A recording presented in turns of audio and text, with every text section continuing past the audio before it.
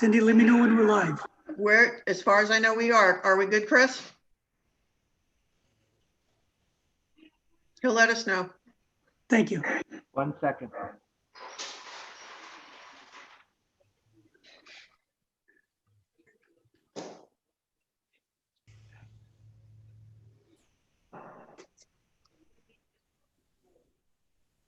Okay, Mike.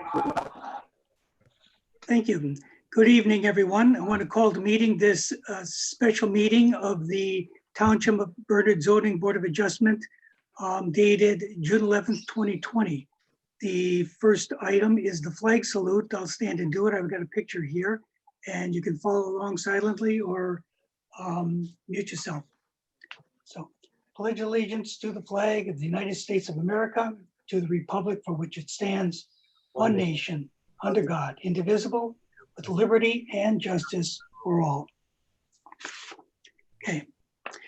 In accordance with the requirements of the Open Public Meetings Act, the Municipal Land Use Law, and operational guidance documents issued by the Division of Local Government Services of the Department of Community Affairs, notice of the special virtual meeting of the Board of Adjustment of the Township of Bernards by web-based platform with remote public access was posted more than 48 hours in advance on the Township website, on the outside doors of the municipal building, Collier Lane, Basking Ridge, New Jersey, was sent to the Bernardsville News, Whippany, New Jersey, the Courier News, Bridgewater, New Jersey, and was filed with the Township Clerk all on June 5th, 2020, and was mailed electronically to all those people who have requested individual notice. The following procedure has been adopted by the Bernards Township Zoning Board of Adjustment. There will be no new cases heard after 10 p.m. and no new witnesses or testimony heard after 10:30. Before we go to roll call, I want to make a supplemental note that it is in light of the guidelines issued by the Department of Community Affairs, Division of Local Government Services, regarding holding visual land use board meetings and hearings, that this board has decided to proceed with this meeting as a virtual meeting. The municipal building will not be open for this meeting, which will be conducted using Zoom video conferencing. The meeting will be streamed live via YouTube for those interested in watching on their computers. The link will be available at 7:30, which is as of now, by clicking the Watch the Meeting Live icon on the Bernards Township homepage. Public questions and/or comments from Bernards Township residents will be accepted only during the public questions and comments period of the meeting, which will be duly announced. If you have a question or a comment, you're directed to call the following number, 908-930-3434. That's 908-930-3434. I'll read that number again later. You'll then be able to participate by FaceTime. And you should use FaceTime. And after that, Ms. Keefe, would you please call the roll? Mr. Breslin has recused himself from hearing this. Mr. Iorio. Here. Ms. Janiers. Yeah. Mr. Kraus. Here. Ms. Pakhtar. Here. Mr. Tancredi. Here. Mr. Zaidel. Here. Mr. Humbert. Here. Mr. Duana has indicated that he is unable to attend this evening. Ms. Wolf. Here. Mr. Quinn. Here. Mr. Schley.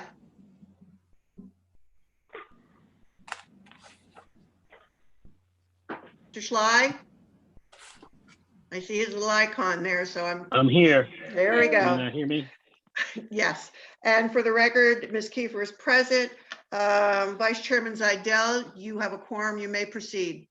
Thank you. Next item, item 5 on the agenda is approval of resolutions. The first one, Hayworth, Block 1511, Lot 4, 10 Depot Place. Those bulk variances, number ZB 20005. That has been circulated. You've had a chance to see it at least electronically. Any board member have any comments or corrections on that?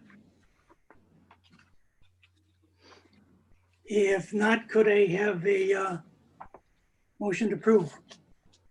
Motion to approve as drafted, Mr. Tancredi. Thank you.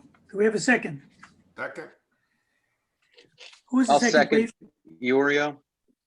Iorio. Thank you. Mr. Iorio, Yes. Ms. Janiers, Yes. Mr. Kraus, Yes. Ms. Pakhtar, Yes. Mr. Tancredi, Yes. Vice Chairman Zidell. Yes. Thank you. Second resolution, number B, Hughes, Robert and Carrie C., Block 5401, Lot 21, 31 Coppergate Drive, number ZB 20-008. Any board comments, questions, or corrections?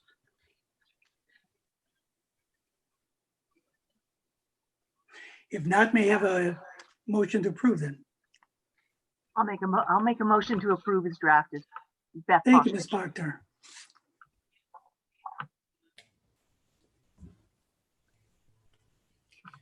Second, Second. Mr. Tancredi, second. Thank you, Mr. Thank you. Tancredi. Mr. Iorio, Yes. Ms. Janiers, Yes. Mr. Kraus, Yes.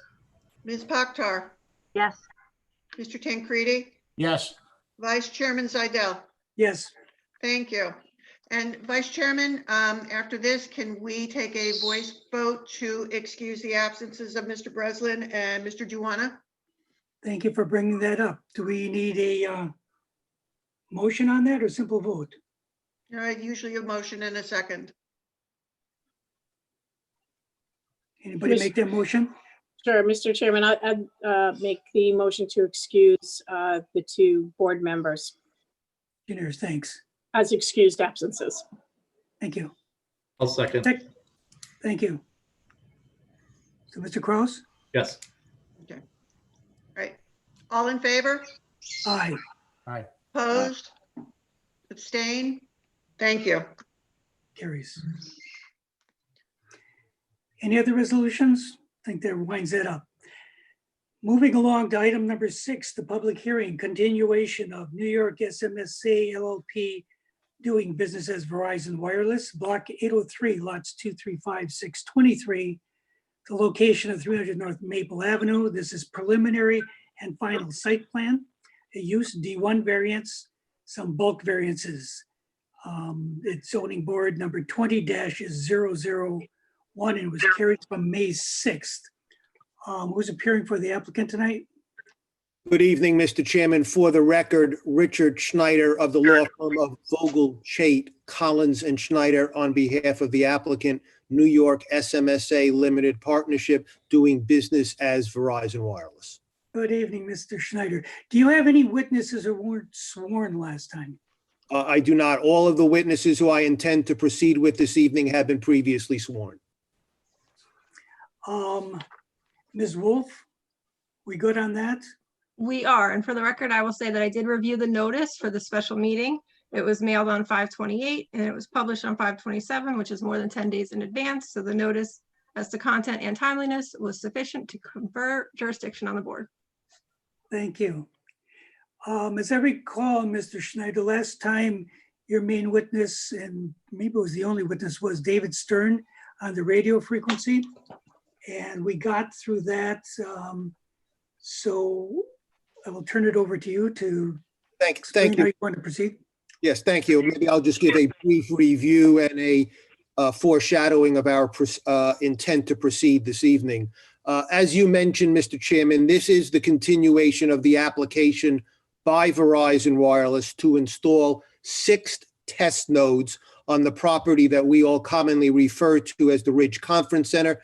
You indicated the lot and block designation for purposes of the record, which is block 803, lots 2, 3, 5, 6, and 23. As the board will recall, at the initial public hearing, the applicant actually presented 2 expert witnesses that evening. The first was Mr. David Stern, who was the applicant's radio frequency engineer. The second witness was Mr. Andrew Peterson, as the board may recall, the applicant's recognized expert on electric-magnetic field compliance. Before we proceed with our witnesses this evening, I'd like to take a couple of moments to make some brief comments on the scope of Mr. Peterson's testimony from the prior public hearing and what is intended to be proceeded with tonight in terms of Mr. Peterson's testimony. The applicant's burden as it relates to electric-magnetic fields is very limited. And in fact, the board's obligation in that regard is very limited. And both are true for valid reasons. The FCC, that being the Federal Communications Commission, has essentially preempted the issue. And under the 1996 Telecommunications Act, the applicant's sole burden is to demonstrate compliance with the applicable FCC standard. In adopting the Telecommunications Act, the FCC did not feel it appropriate or fair for boards such as yourself to have to sort through some of the technical issues that are associated with EMF compliance. Notwithstanding that very limited burden and limited obligation by the board, at the initial public hearing, a number of questions were in fact asked by certain board members as well as certain interested parties, which went beyond the scope of what we would generally have to establish. I believe, and hopefully it was appreciated, that we, in the spirit of good faith and cooperation, attempted to address all of those concerns because we felt that it would give the board and hopefully members of the public a comfort level about the issues at hand.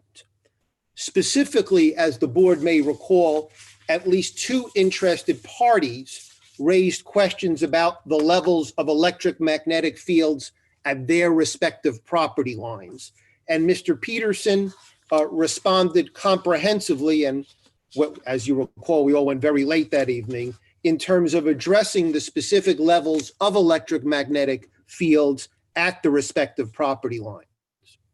In order to memorialize his conclusions, I requested that he prepare a supplemental report to address specifically the levels of electric-magnetic fields at those two respective property lines, that being 27 Brentwood Court and 28 Brentwood Court.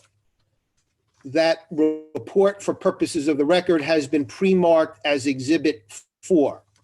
My intention, Mr.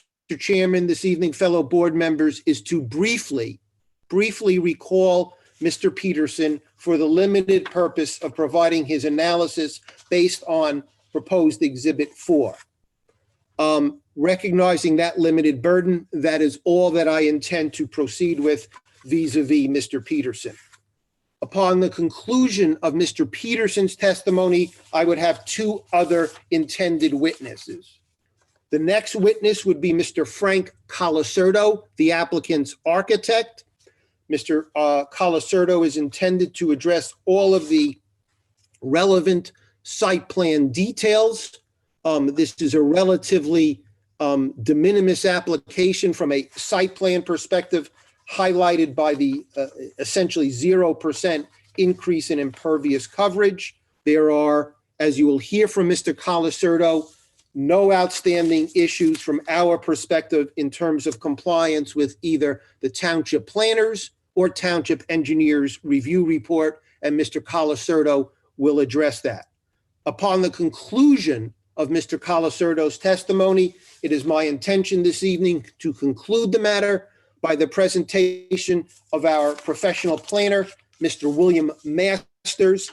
Mr. Masters will be proffering testimony specifically as to the means by which this application satisfies the applicable statutory criteria, both as to the C variance as well as the D1 variance that you referenced in your opening comments, Mr. Chairman. So at this point, I'd like to proceed briefly with Mr. Peterson's testimony. Before you do, Ms. Wolf, is there any reason why you should not allow them to reopen that testimony? No, he has to reopen it to introduce the exhibit. Okay, please do. Please proceed. Okay, Mr. Peterson, you're up and running? Yes, I am. Okay, I will remind you for purposes of the record that you are still under oath. Mr. Peterson, you had previously testified at length during the initial public hearing as to whether the proposed levels of of electromagnetic fields would be in strict compliance with FCC guidelines, correct? That's correct. Okay, and in performing that analysis, you utilized at that time the applicable FCC methodology. Is that correct? That's also correct.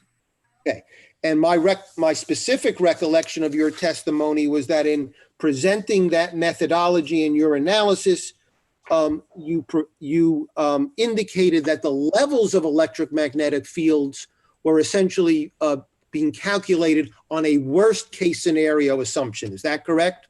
Correct, yes. In essence, your analysis was a very, very conservative approach, correct? That's correct. Okay. And as I just indicated in my brief opening remarks, the issue of electromagnetic fields is essentially preempted by the FCC. Stated alternatively, if we satisfy the standard, that is our obligation under the Federal Telecommunications Act. Is that correct? That's correct. Okay.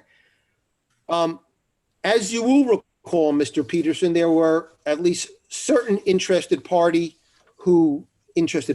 I should say, who raised certain questions about the proposed levels of electromagnetic fields at their respective property lines.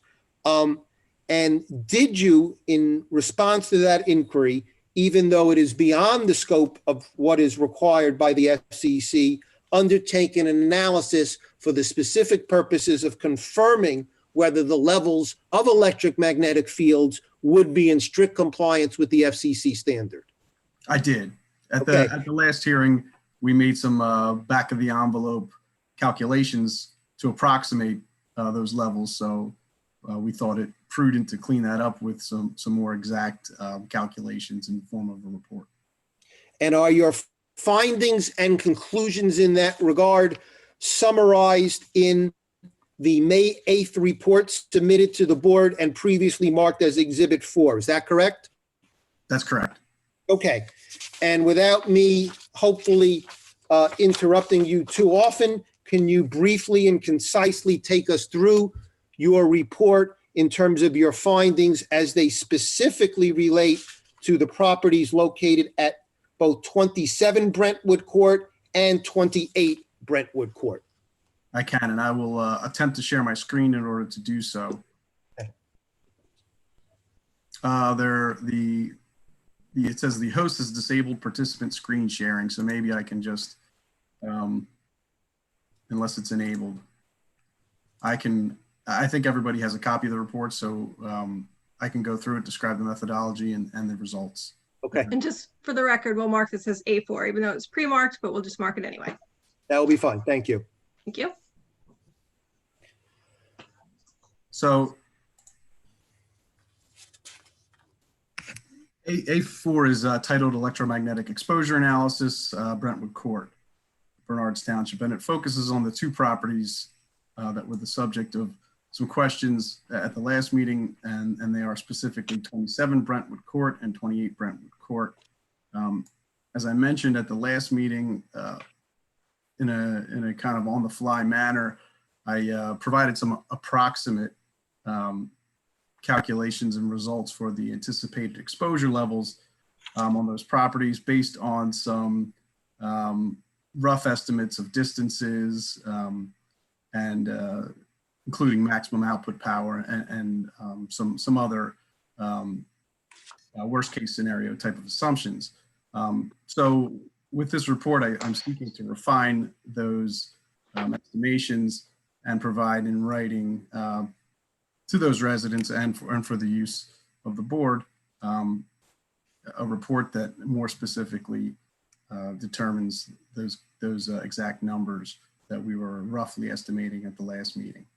So in order to do that, I again am assuming worst case conditions for the cumulative electromagnetic power density levels based on many upper limit assumptions, and I went through those at length at the last meeting.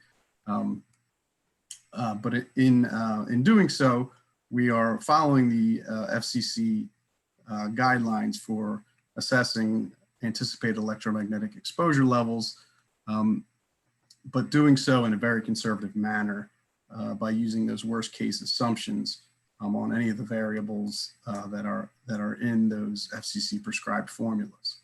So in doing this, you'll see on page 2 of the report, in a table, I've outlined some of the inputs to those formulas in terms of the distance and the bearing from the proposed small cell locations to the closest property line of those properties. So it's important to note that when we're doing this, these calculations, when I'm performing these calculations, I'm performing them to the closest property line of those two properties, 27 and 28 Brentwood Court. I think at the meeting last time, we were approximating some distances to decks or maybe even residential structures. So we're being even more conservative in our calculations here by shortening the distance to the edge of the property lines. And the results that we're yielding here, and it's important also to note that these are the cumulative results. So we are taking in cumulative the contribution of nodes 15 and nodes 43. Those were the two nodes that were most proximate to those two residential properties and the nodes that were of interest at the last meeting. And we are taking their contribution to the electromagnetic exposure environment at those property lines in cumulative. Not only that, we are assuming that these nodes are contributing to the closest property line, and then adding those contributions together in a way that overestimates the actual values that we'll find at the closest property line, because of course node 43 is going to be closer to a certain location on that property than say node 15. So we're adding another layer of worst case assumption in the method that we are adding their contributions. So even with all those worst case assumptions included, at 27 Brentwood Court, the cumulative percentage of FCC general population limit is less than 0.5%. You'll see on page 2, it's called out as 0.409505%, which is greater than 244 times below the FCC general population limit.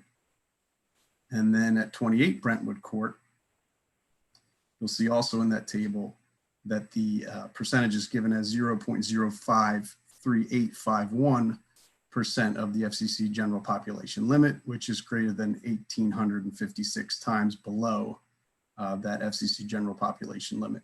So even given those worst case assumptions that were mentioned, and then the additional worst case assumption in the manner in which the contributions were added, we are still in compliant by an extremely wide margin.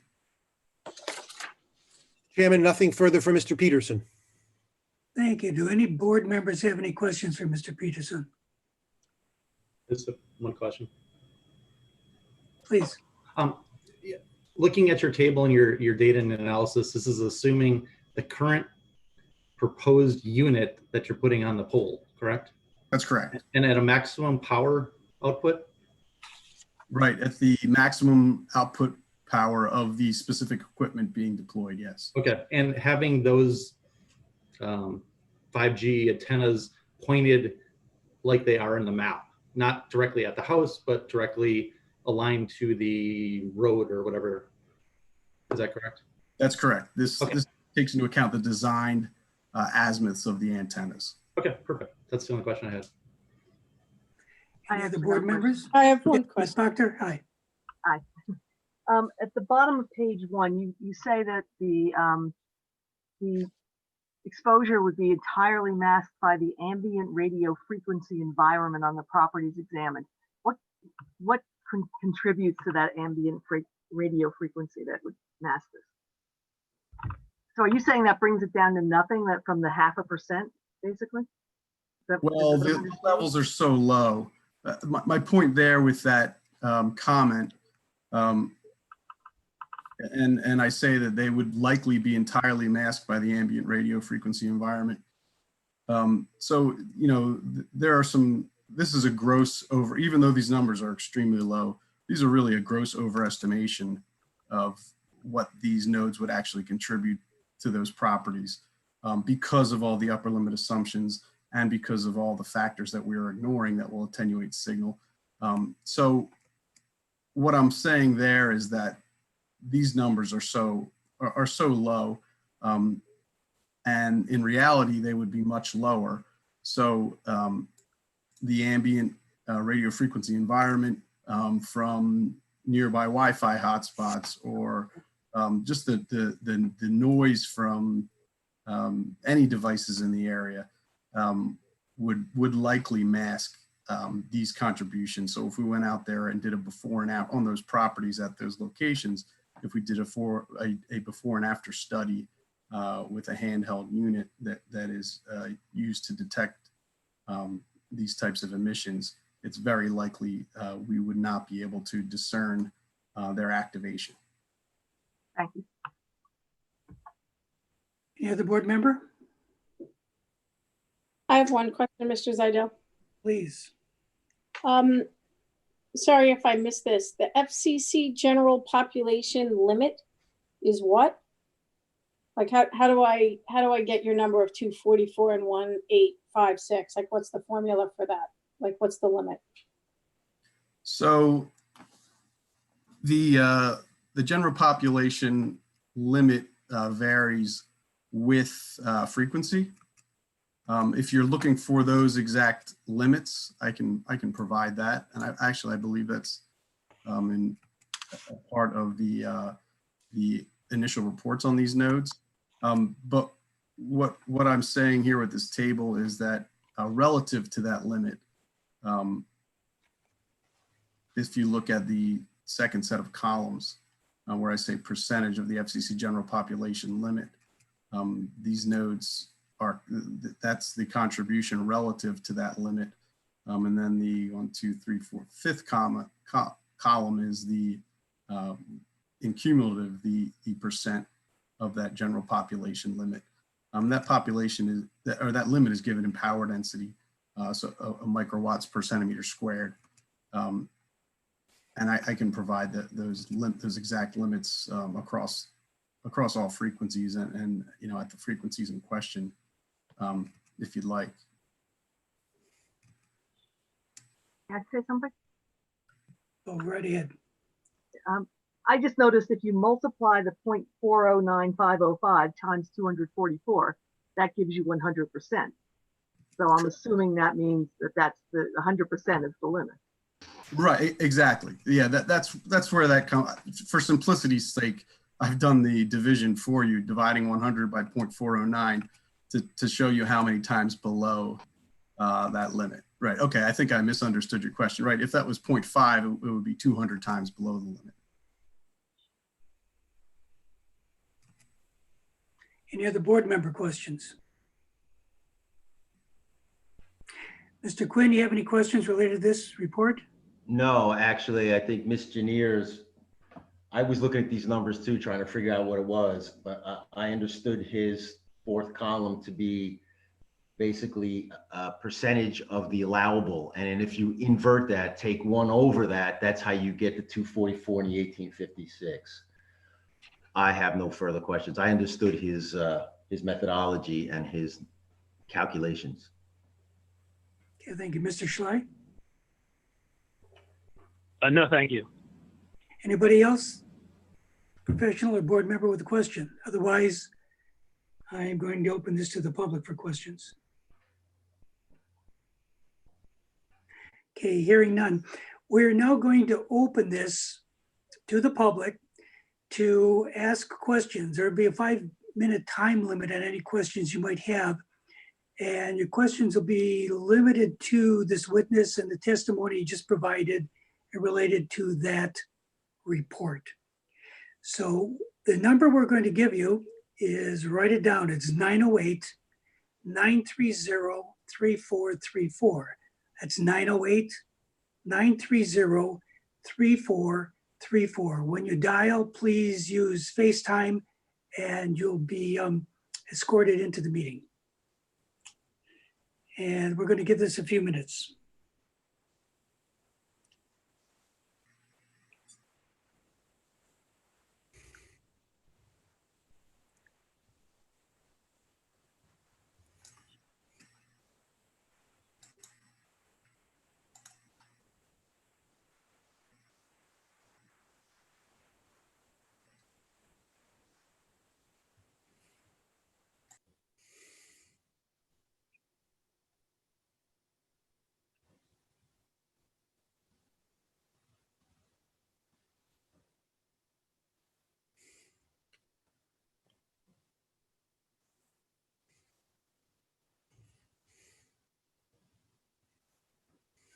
Oh, time flies when we just hang with it here.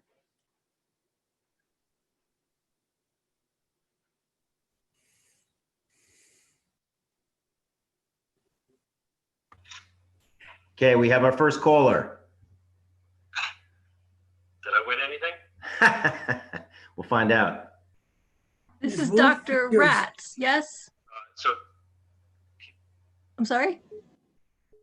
hear me or see me or what? Well, I can hear you. Somebody else is trying to get in, but I can hear you. Hold on.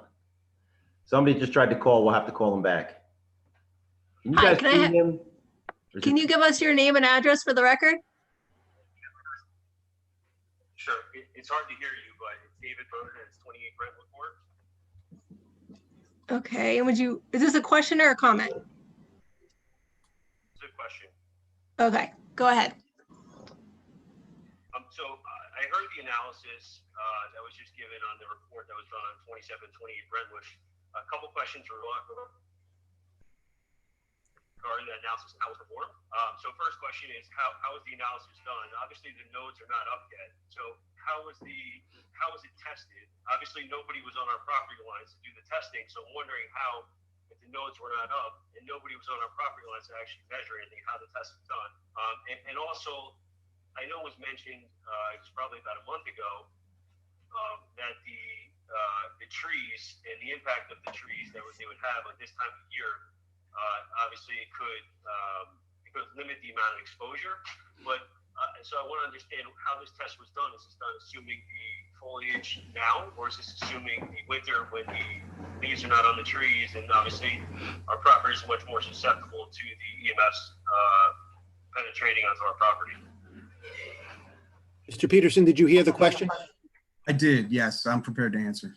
Okay, proceed. Okay, so on the first question as to how the testing was done, you're right, we did not access the property. You're also correct, the nodes are not active. What we do is utilize the FCC's prescribed calculations and methodology for determining anticipated exposure levels from these types of facilities.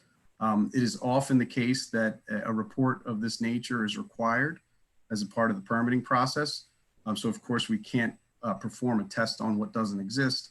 So what the FCC has done is provided what's called OET 65, the Office of Engineering Technology, Bulletin 65, which you can certainly Google that and look at the document yourself, but it describes in great detail as to how folks like myself are supposed to perform these analysis to determine the anticipated exposure levels. So that's exactly what we did here. And to move on to the second part of the question, yes, foliage will attenuate energy in these frequency bands quite significantly in some cases. However, that was of no consideration in the exposure level calculations. The calculations were performed as if it was clear line of sight between the antenna of the small cell node and the location that was analyzed, which was the closest property line to each of the small cell nodes. So that in some cases, that significant attenuation was ignored. So that was one of, when I say that the output or the outcome of those formulas is a gross exaggeration, that's one of the attenuating factors that is not considered, which will overestimate power densities.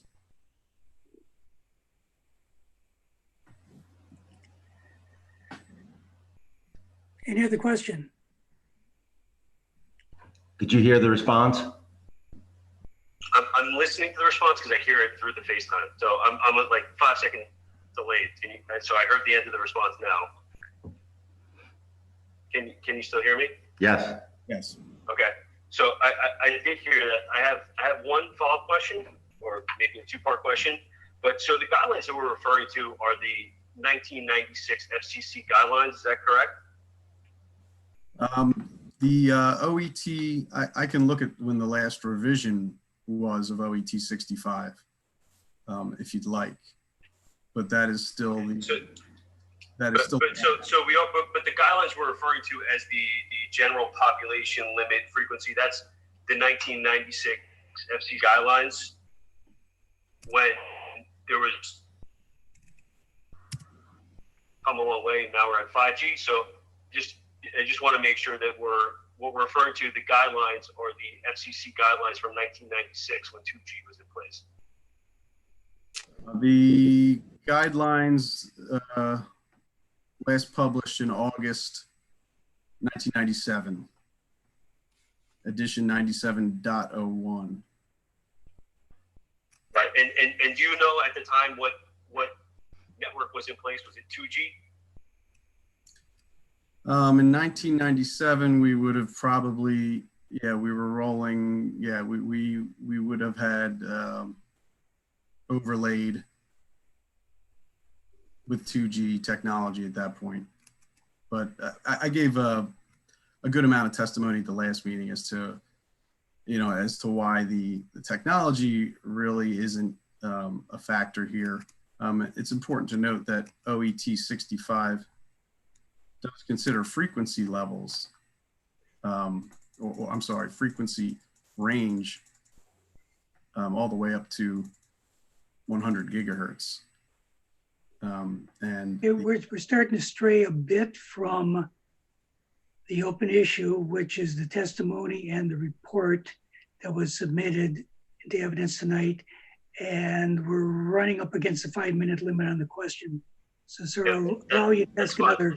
I just wanted to make sure the FCC guidelines that the report was based on, that we get on the record that it's from 1997, 23 years ago. I would just note that the FCC in November of 2019, the FCC,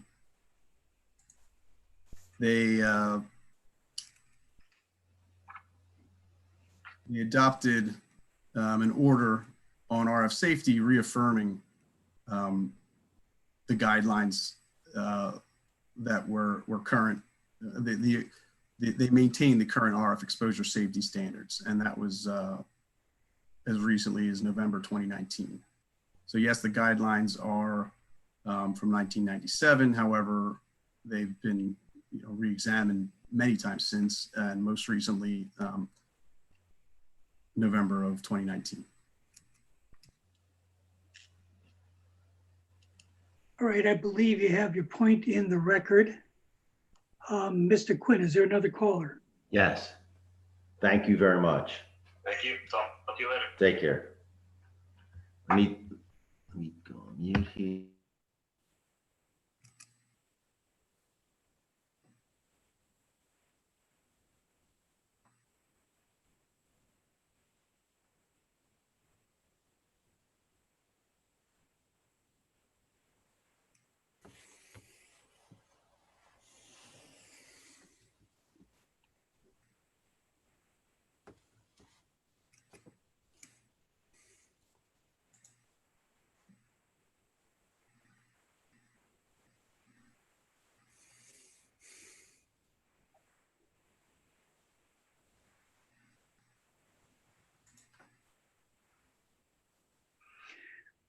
Mr. Quinn, is somebody dialing in? Are you trying to reach out?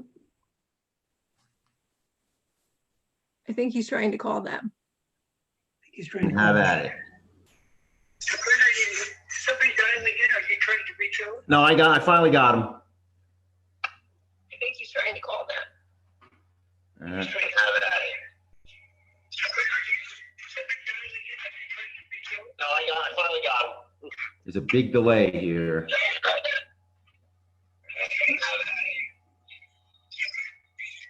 Can you hear me? Yes. Ms. Wolf? Hi. My name is Larry Trachtenbroy from 21 Brentwood Court. Can you spell your last name? It's Larry Trachtenbroy. She wants you to spell it. How much time do you have?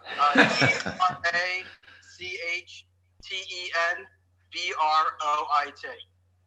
Thank you. And this is a question or a comment? It's a concern, comment. Okay, then I will swear you in. Can you raise your right hand? This is for questions only, but let's keep it as a question. And then if you have to testify a little bit, that's fine. Do you swear to tell the truth, the whole truth, and nothing but the truth, so help you God? Yes. Thank you. Caution you, there's going to be a 5-minute limit here. Please proceed. Thank you. Go ahead, sir. Yeah, hi. Again, my name is Larry Trachtenbroy from 21 Brentwood Court. And, I'm calling in. I certainly don't have the expertise of Mr. Peterson or the coaching of Mr. Schneider. But what I am concerned about is, as Mr. Berger brought up, that you're looking at results from 1996 guidelines. And what really concerns me is that when you look at 5G around the US and the world, there's a lot of issues regarding it.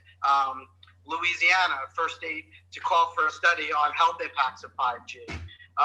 New York, second state to call for health impacts of 5G.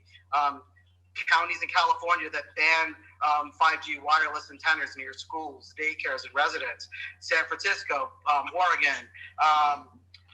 Sir, do you have a question? Italy, Because Russia, this period is limited to questions. unanswered questions regarding 5G. And I appreciate the research and knowledge that Mr. Peterson has brought forward, but my concern is that they're just assumptions. And, the iPhone didn't come out to 2007. And I'm sure this node is not going to be the one and only node. And a year from now, 2 years from now, 3 years from now, they will probably become more and more powerful. And I'm concerned about those health effects. Sir, do you have a question about his testimony? And I can see Verizon right from my backyard. And it's a concern of mine. Do you have a question, sir? I'm sorry? Do you have a question? That's in the nature of testimony. Those kinds of comments are appropriate at the end before the board deliberates. At this point, we're just allowing people to ask questions to fill in the record. So I guess my question would be that that more research should be done before approving this. Thank you. We'll duly noted, and that'll make it in the record, but that's not a question, and you really have to be sworn for testimony. Maybe you'll dial back in later. Thank you, sir. Thank you. Stay tuned. Okay, thanks. Later, thanks. Take care.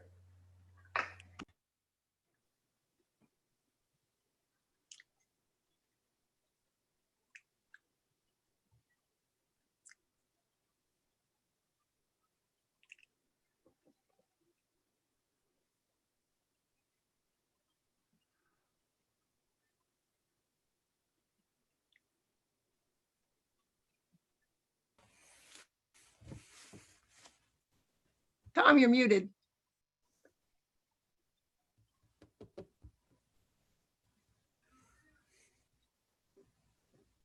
Okay, All right. I'm on, right? You're good.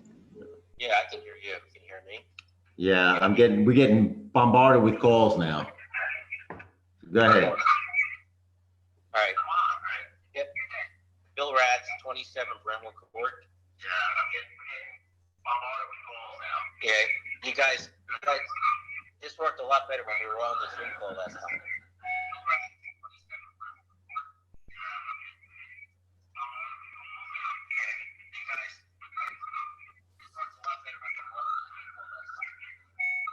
There's a huge delay now.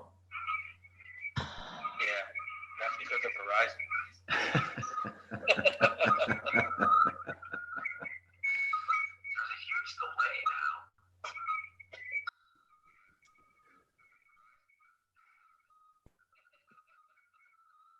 I think we're all caught up. So if you ask a question now, maybe we'll hear it.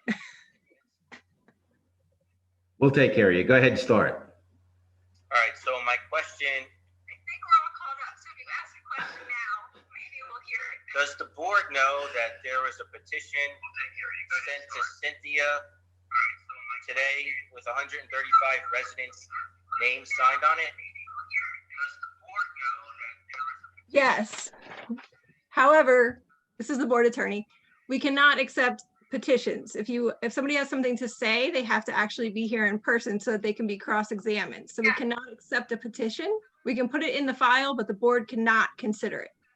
So if you have the names of those people, they are welcome to comment. Hopefully not all 150 of them will call at once, but if they do, we'll figure it out. So if you have the names of those people, they are welcome to comment. Wow. So bad. I don't know what's happening. I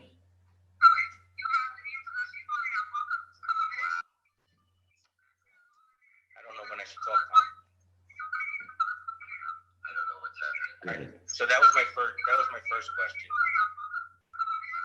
You want me to call back? Yeah, try it. Would you do that? Yeah. Thank you.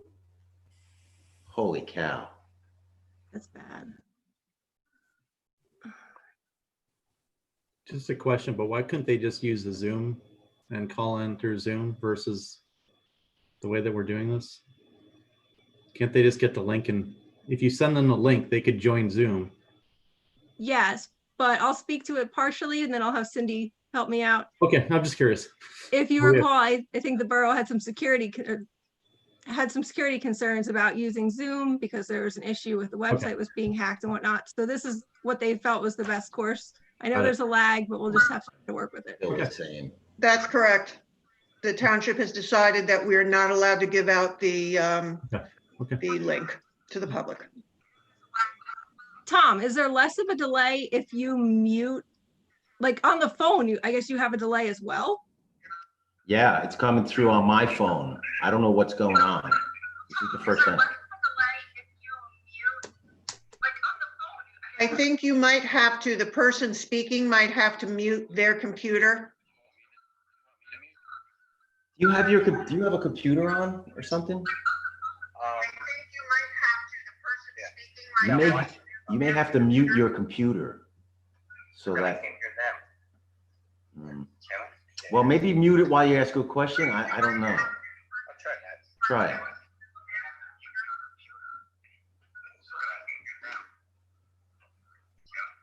Maybe Mr. Schneider can tell us what to do.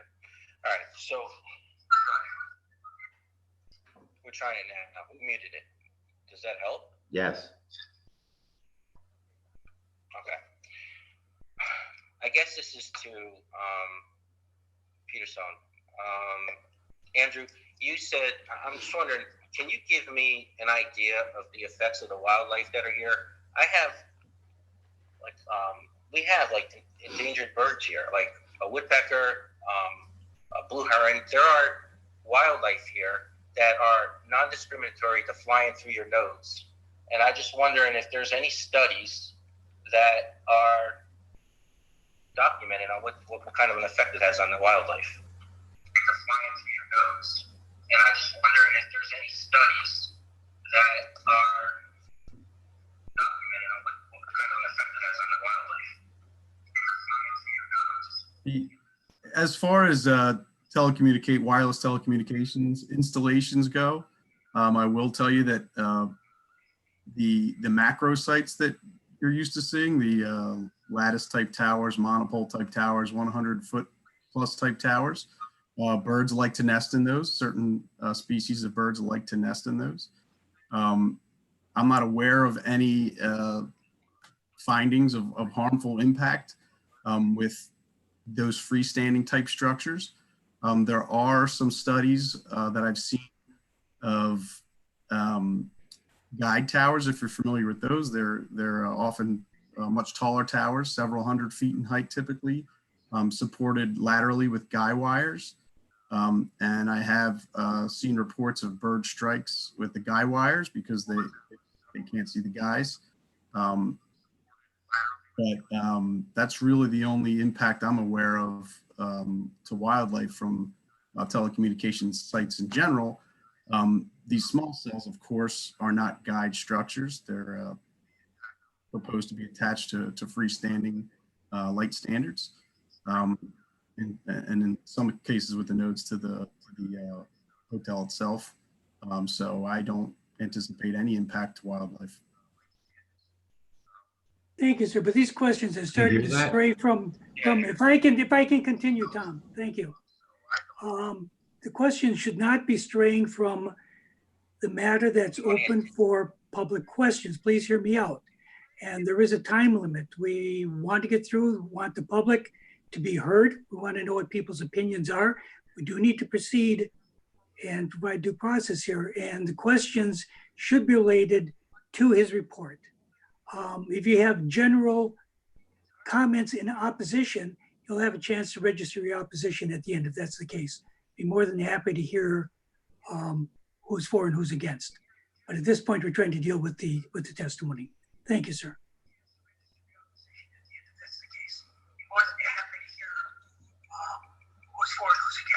I believe that was relevant to his report. It has to do with the notes and the wildlife in the area.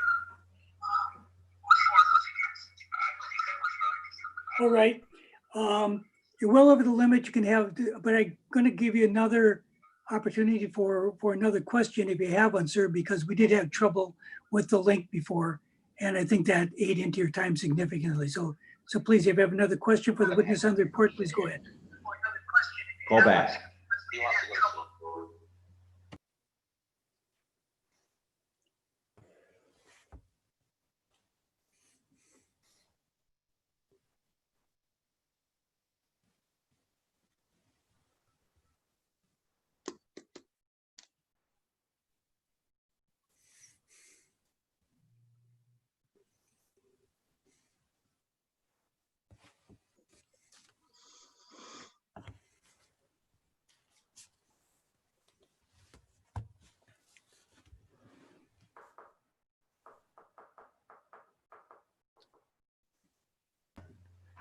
We have a participant here who doesn't have an iPhone. So I'm going to turn this up and she's going to try to ask her question. Go ahead, ma'am. Can I have your name and address? Can you hear? She wants your name and address. My name is Barbara Haronzakevich. Please spell. Azykiewicz. Did you get all that, Amanda? And your address? 195 Madisonville Road. Thank you. And your question? What are the worst case scenario of FCC?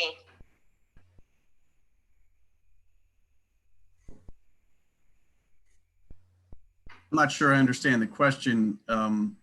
The results of the study, they include worst case assumptions. So if you're looking for worst case calculations, that is contained in the analysis.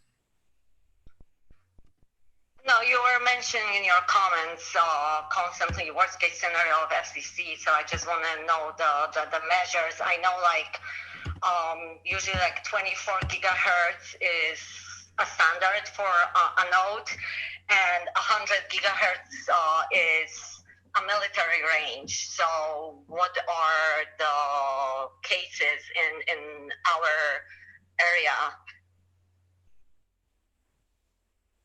So I'm not sure I understand the question entirely. For these nodes, Verizon is going to be transmitting and receiving in the 28 gigahertz range.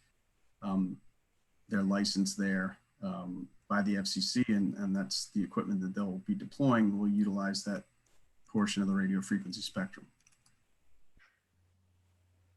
So how we gonna measure, like, can you provide, I know you mentioned handheld units. Can these be provided to local residents who are, you know, surrounded in a Verizon area? No, those units aren't provided to residents. The units I mentioned are utilized by folks who are specially trained to use that equipment to measure RF fields. So how do citizens can, you know, validate the measures of the nodes, if they're harmful or not? There have been cases in the past, I think I mentioned at the last meeting, where post-construction surveys had been requested. I wouldn't say that that's warranted in this case because the levels will probably not be measurable at any of the nearby residences. But that would be the mechanism, having a post-construction RF survey performed.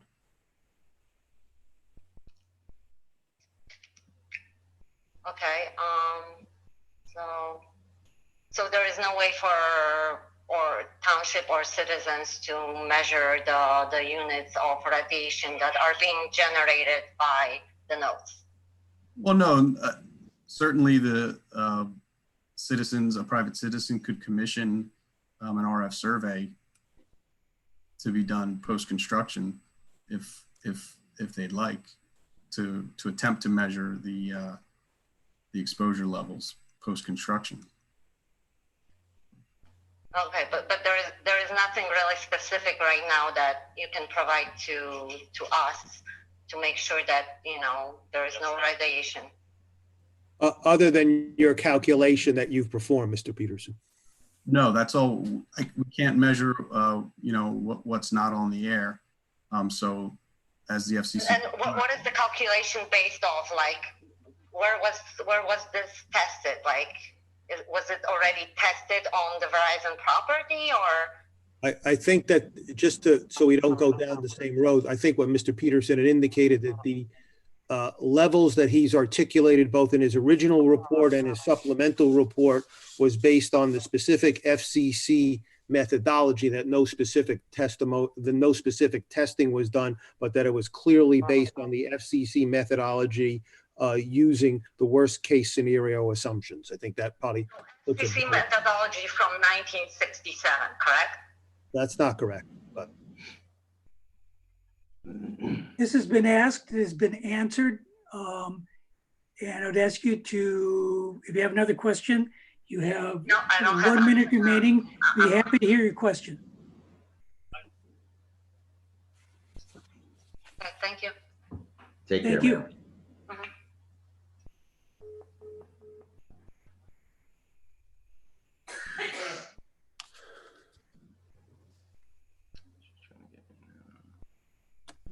Tom, did you have more callers? I don't think so. I think that was this woman tried like 4 times to get me. But I'm not seeing anybody else that I missed. No, she literally called like 4 times. I think everybody else has gotten through that tried. Thank you. Based on that, I'm going to close the public question portion of this. Mr. Schneider, you can go back to your, it's back in your court. Thank you, Mr. Chairman. My next witness, Mr. Frank Colasurdo. Mr. Colasurdo, you've been previously sworn. Let me take a couple of moments to qualify you for purposes of tonight's proceeding. What is your profession? I'm a licensed architect in the state of New Jersey. Okay. And can you provide the board with the benefit of both your education and your specific experience in the field of telecommunications? Yes, I graduated from New York Institute of Technology with a Bachelor's of Architecture degree. I was licensed to practice architecture in 1999 by the state of New Jersey. I currently hold that license in several other states. I've been designing wireless communication facilities since 1990, testified on hundreds of boards throughout the state of New Jersey, and most recently, the Bernards Township Planning Board. And I've been accepted as a qualified witness. Mr. Chairman, I offer Mr. Colasurdo as the expert. We've had a rash of calls, and we have another individual on the line who has a question. Go ahead, sir. Let me reopen the meeting for this question. Yeah, I can hear you. Go ahead. Okay. My name's Ed. I live on Culberson Road, and I've got lots of friends that live up and down this cul-de-sac on Brentwood. Can I have your last name and your full address? Last name Rubino, Rubino, 84 Culberson Road. And this is a question, correct? Yes. Thank you. Sure. I suppose my question is for Mr. Peterson. I'm going back to Mr. Berger's comment that you didn't do any actual studies because you weren't on the property and there were no gnomes up on the poles yet. So you relied on FCC guidelines to come up with your assessment. Is that correct? That's correct. Okay. So how often is that done? And from the times that has been done in the past, what kind of variance have you found from those results, preliminary results versus the actual results when the gnomes have gone up? So because when I evaluate these, I use a number of worst case assumptions. The few times that there have been the request made or in some other fashion, an on-site survey was conducted after the fact. Without exception, the on-site survey shows levels that are significantly lower than the calculated levels, which is exactly what we'd expect. You know, typically on the order of 10 times less than what the calculated levels show. And that's for a number of reasons, some of which I've already gone through, but also loading of the system is also a factor that we haven't mentioned yet. We assume full load, meaning that all of the radio channels are in use. So the radios are transmitting their maximum output, and that is very often not the case. So when you go out there and test, you know, you're typically going to have levels that are significantly lower than what are being calculated in the report that I've furnished.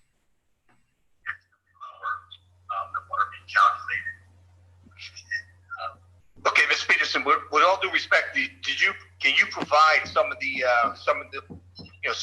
results that you're referring to the board and to the public for scrutiny and for allow us to take a look at it?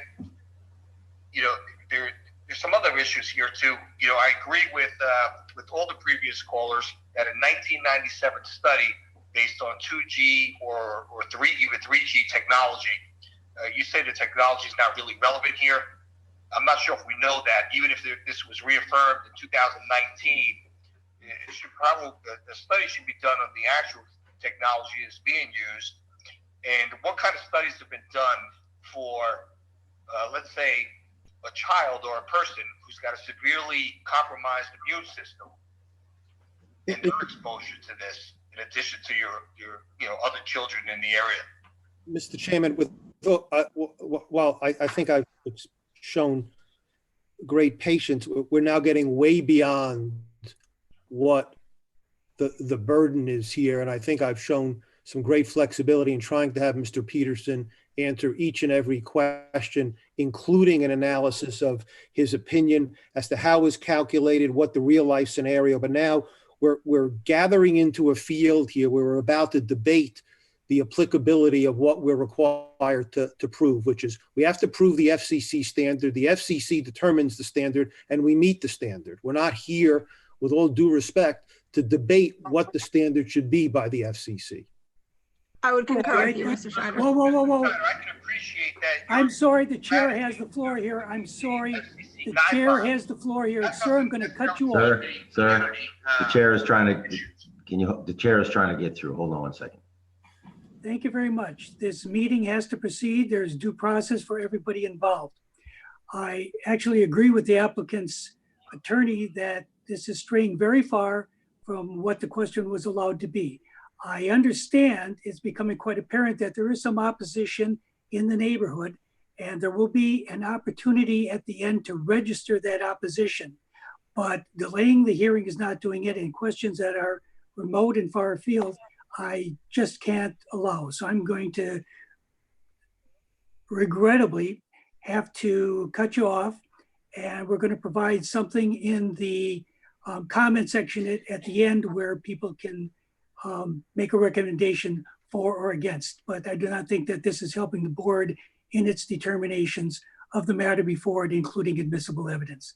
So thank you very much. And maybe, you might choose to register your opinion at the end. Thank you, sir.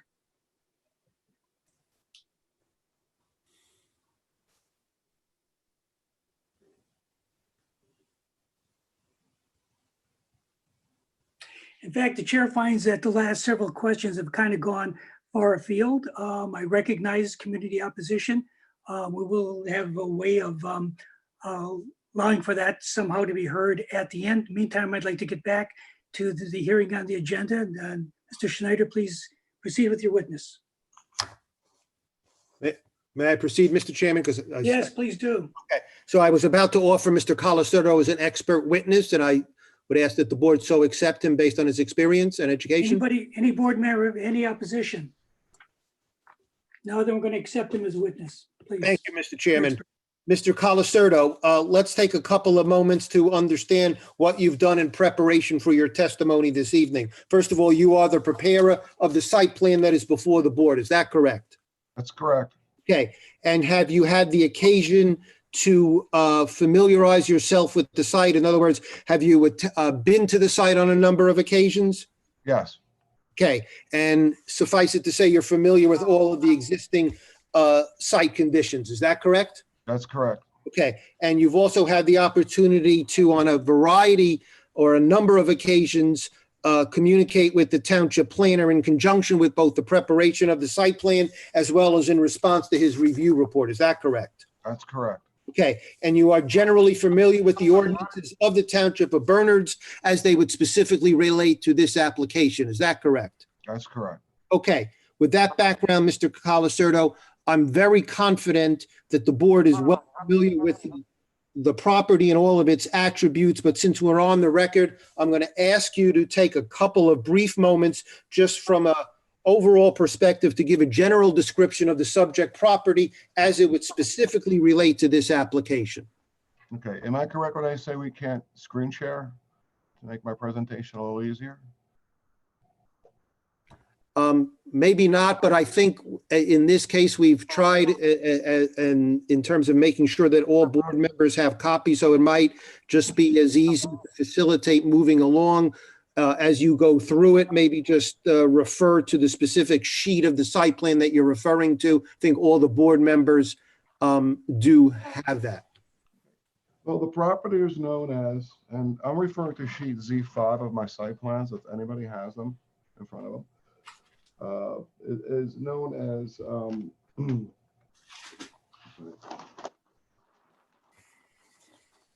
300 North Maple Ave, block 803, lots 2, 3, 5, 6, and 23. This is a 34.92 acre parcel. It has an existing hotel for Verizon Wireless employees and guests. It does have frontage off North Maple Avenue, and to the, I guess would be the northwest of the property. It butts Route 287. There's An access drive that leads from Maple Avenue to the property or to the hotel location, as well as associated parking. The majority of site is wooded. Okay, good. As reflected on the cover sheet of your site plan, which all the board has, is it fair to say that this property, but for the, obviously, the Ridge Conference Center itself is significantly buffered? Is that a fair statement? Yes, it is. Okay, and the property from a zoning classification is located in the township's E-1 zone, am I correct? That's correct. Okay, and while you mentioned that the subject property is comprised of lots 2, 3, 5, 6, and 23, all of the proposed test nodes in conjunction with this application are limited to lot 2, is that correct? That's correct. Okay, with that background, oh, by the way, you mentioned that the property is for Verizon Wireless. This property is limited to its use only for use by Verizon Wireless or its invitees, correct? No members from the general public are allowed to on this property, correct? Correct. Okay, with that background, I'm going to try to do this in a concise manner since, as the board will recall, Mr. Stern at the original public hearing, at the initial public hearing, gave us a very comprehensive overview as to where each of the nodes are located. So I don't want to be unduly repetitive, but let me take you through the nodes. And then after we're done with the nodes, we can respond to the comments of both Mr. Quinn and the township planner. Mr. Colasurdo, breaking down, there are a total of 6 nodes. 3 of the nodes are actually attached to the Ridge Conference building or center. Is that correct? That's correct. Okay, I want to refer you first to node 12, which I believe is shown on sheet Z6 of the site plan. And can you just very briefly take us through the description of that particular node? Sure. That node we are planning to mechanically fasten to the existing masonry wall inside the courtyard of the Ridge Conference Center. That node will not be visible from the public at all. Okay, and that node, for purposes of the record, is at a height of 25 feet above ground level. Is that correct? To the top of the antenna, correct. To the top of the antenna. Okay, and there is no variance relief at all associated with that node, correct? That's correct. Okay, I now want to refer you to sheet Z8, which relates to nodes 14 and 43. Can you describe, those nodes are located in close proximity to each other, and can you concisely take us through the relevant description of those 2 particular nodes? Those 2 nodes cover the entrance to the conference center. Node 43 faces out towards the access drive, so when people are dropped off or picked up, they're covered by that node. Node number 14 is actually on the inside of the vestibule. It's an outdoor vestibule with a roof enclosure closure for the elements, but it's still an outdoor space. And that particular node faces the main entrance to the conference center. Okay. So those 2 nodes there do a little coverage for dropping off and picking up as you arrive at the conference center. As testified to by Mr. Stern, and for purposes of the record, the first node is at 25 feet 5 inches above ground level. The second node is only 20 feet 7 inches above ground level. Is that correct? That's correct. Both those measurements were the top of the node that are secured to the building itself. Okay. And again, for purposes of the record, as confirmed in David's review report, there is no variance relief associated with either of those nodes. Is that correct? That's correct. Okay. I now want to turn your attention, just because it'll probably be easier for purposes of the board following along. I'm now referring you to sheet Z9 of the site plan. That is the one node that does require variance relief, and it involves an existing light pole. Is that correct? That's correct. There's actually an existing light pole that we'll be replacing with a new light pole. The replacement pole will be the same width as the existing, the same color, same texture. The real difference is I'm changing an aluminum light post to a steel light posts. It gives me a little bit more strength and capacity, not only to hold the proposed antennas, but to reinstall the existing light in the same exact location that it exists today. Okay, let me interrupt you if I can. That Mr. Schley notes that that particular node, I believe, is something like 600 feet from North Maple Avenue, proper perspective, correct? Mr. Schley's report.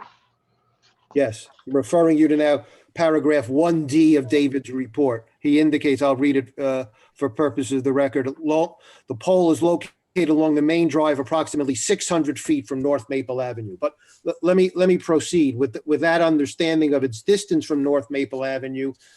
You mentioned the replacement of the light of the actual light on the light pole. The light will be reinstalled at the same elevation, correct? Correct. Okay, therefore, the statement made by Mr. Quinn that there's therefore no impact to existing lighting being anticipated would be 100% correct. Is that correct? That's correct. Okay. You mentioned the replacement light pole. It's important to note that there is no, correct me if I'm wrong, there is no change to the existing footprint of the light pole itself, correct? That's correct. We're using the existing concrete foundation to support the replacement light pole. Okay. Now that that is the only node that requires variance relief. The light pole is set back 59 feet 5 inches from both the side yards property line as well as the R4 zone boundary line. Is that correct? Whereas 100 and 150 feet is technically required, correct? That's correct, Mr. Okay, but let's put that in some proper perspective. That light pole, but for the installation of the antenna, exists in that location right now, correct? There's no change in it. So it's essentially a non-conforming structure as it relates to those particular setbacks, but for the installation of the antenna, correct? Correct. Okay. While we're on that subject of node 15, and I'll skip ahead so we can limit the review at the end, David raises the question about in terms of some of the appurtenances, the fiber box and related appurtenances, and I'm now referring to paragraph 3 of his letter, whether that, what will be the aesthetic appearance in terms of how it will be camouflaged or painted. Can you respond to that inquiry? We could paint to match the proposed color of the light pole. The one question is the OVP that's being proposed. I have to check with the manufacturer to make sure I'm not going to void any warranty. As far as the antenna itself, there is a film that's been approved to put on top of those in front of those antennas. We can have the same color and texture of the pole, match the same color and texture of the pole, the bronze color that's there now. So that concealment film will match the color, attempt to match the color of that light pole. Is that correct? That's correct. Okay. So there should be, obviously, as is reflected and was reviewed at length in conjunction with the original public hearing, there were obviously those antennas will not stick out in terms of any color, a clashing or anything like that. Is that correct? That's correct. Okay.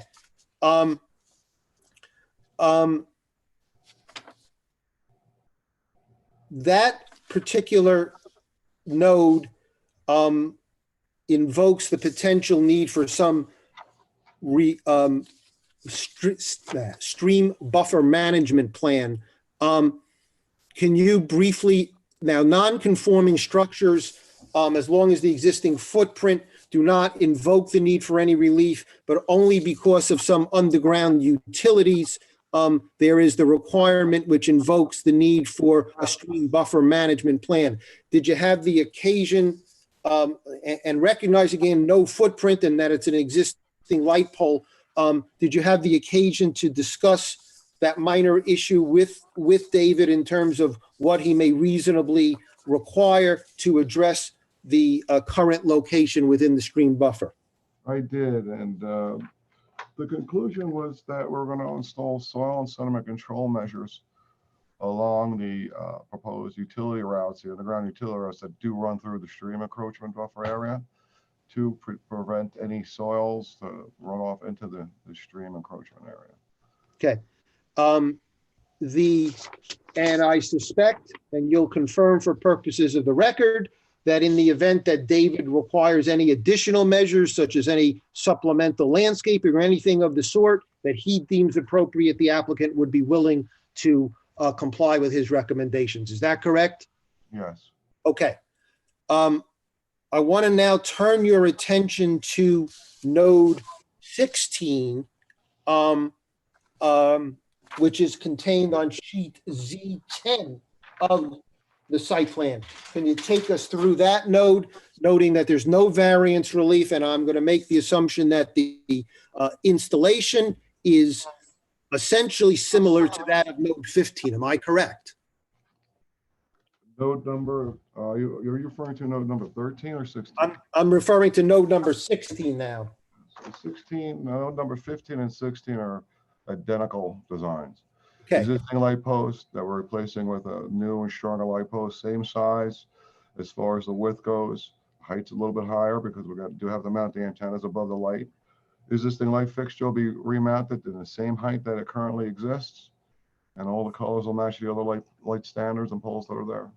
Okay. One of the board members picked up on, at the prior public hearing, picked up on the fact that there was an approximate 5 or 6 inch difference in the height of the light pole between nodes 15 and 16 at the prior public hearing. For purpose of the record, can you just clarify why there is that minor 5 to 6 inch difference between the two light poles? Yeah, my heights listed on the site plans are the heights above the grade that's just adjacent to the existing concrete foundations that support the existing light poles or the proposed new poles. There's one light pole that would be number 15, where the existing concrete pier is already 6 inches above the existing grade. Node number 15, that existing concrete pier is only 1 inch above the grade. So that's where that 5 inch difference comes. It's not we're changing the physical size of the concrete foundation or even of the height of the existing lights, even though we're proposing light standards that are taller than the existing 12'7". They're both identical. It's just one sits on a foundation that's 6 inches above grade, and the other one is sitting on existing foundation that's 1 inch above grade. And that accounts for the 5 inch deviation for purposes of the measurement on the site plan. Is that correct? That's correct. Okay, thank you. Let me now turn your attention to node 13, which is the only node, and I'm now referring to sheet Z7. That is the only node that is not physically attached to either the light pole or the existing structure. Can you take us through what's proposed in conjunction with node 13 and highlight, if you would, its remote location? Node number 13 is being proposed in the corner of the upper parking deck of the conference center. This is what we call a concealment 5G node pole, where we can have the antennas and the cables. Actually, the antennas won't be inside, but they'll be flush mounted to the top canister, and again have a film to match the remainder of the pole. The antennas these poles are designed to have all the cables and then the associated equipment inside, so you can remove some panels on the outside to access them. And we're also proposing a security camera on this pole to just provide some security in that parking and allocation of that parking area. And that parking area, just so we're clear, in terms of the overall site, is located adjacent to Route 287. Am I correct? That's correct. Okay. And that node itself requires no variance relief. Is that correct? That's correct. Okay. Having gone in a concise manner through each of the respective nodes, I think in part you've addressed most of the comments that are contained within David's review report. He'll speak up if I haven't, but let me complete the balance of whatever outstanding comments there are. Questions were noted by both David and Mr. Quinn, whether any trees would be removed in conjunction with this application, including specifically any trees associated with nodes 15 or 16. Am I correct that there will actually be no trees removed, correct? Correct. That is correct. There is no increase in impervious coverage, is that correct? That's correct. 0% increase, correct?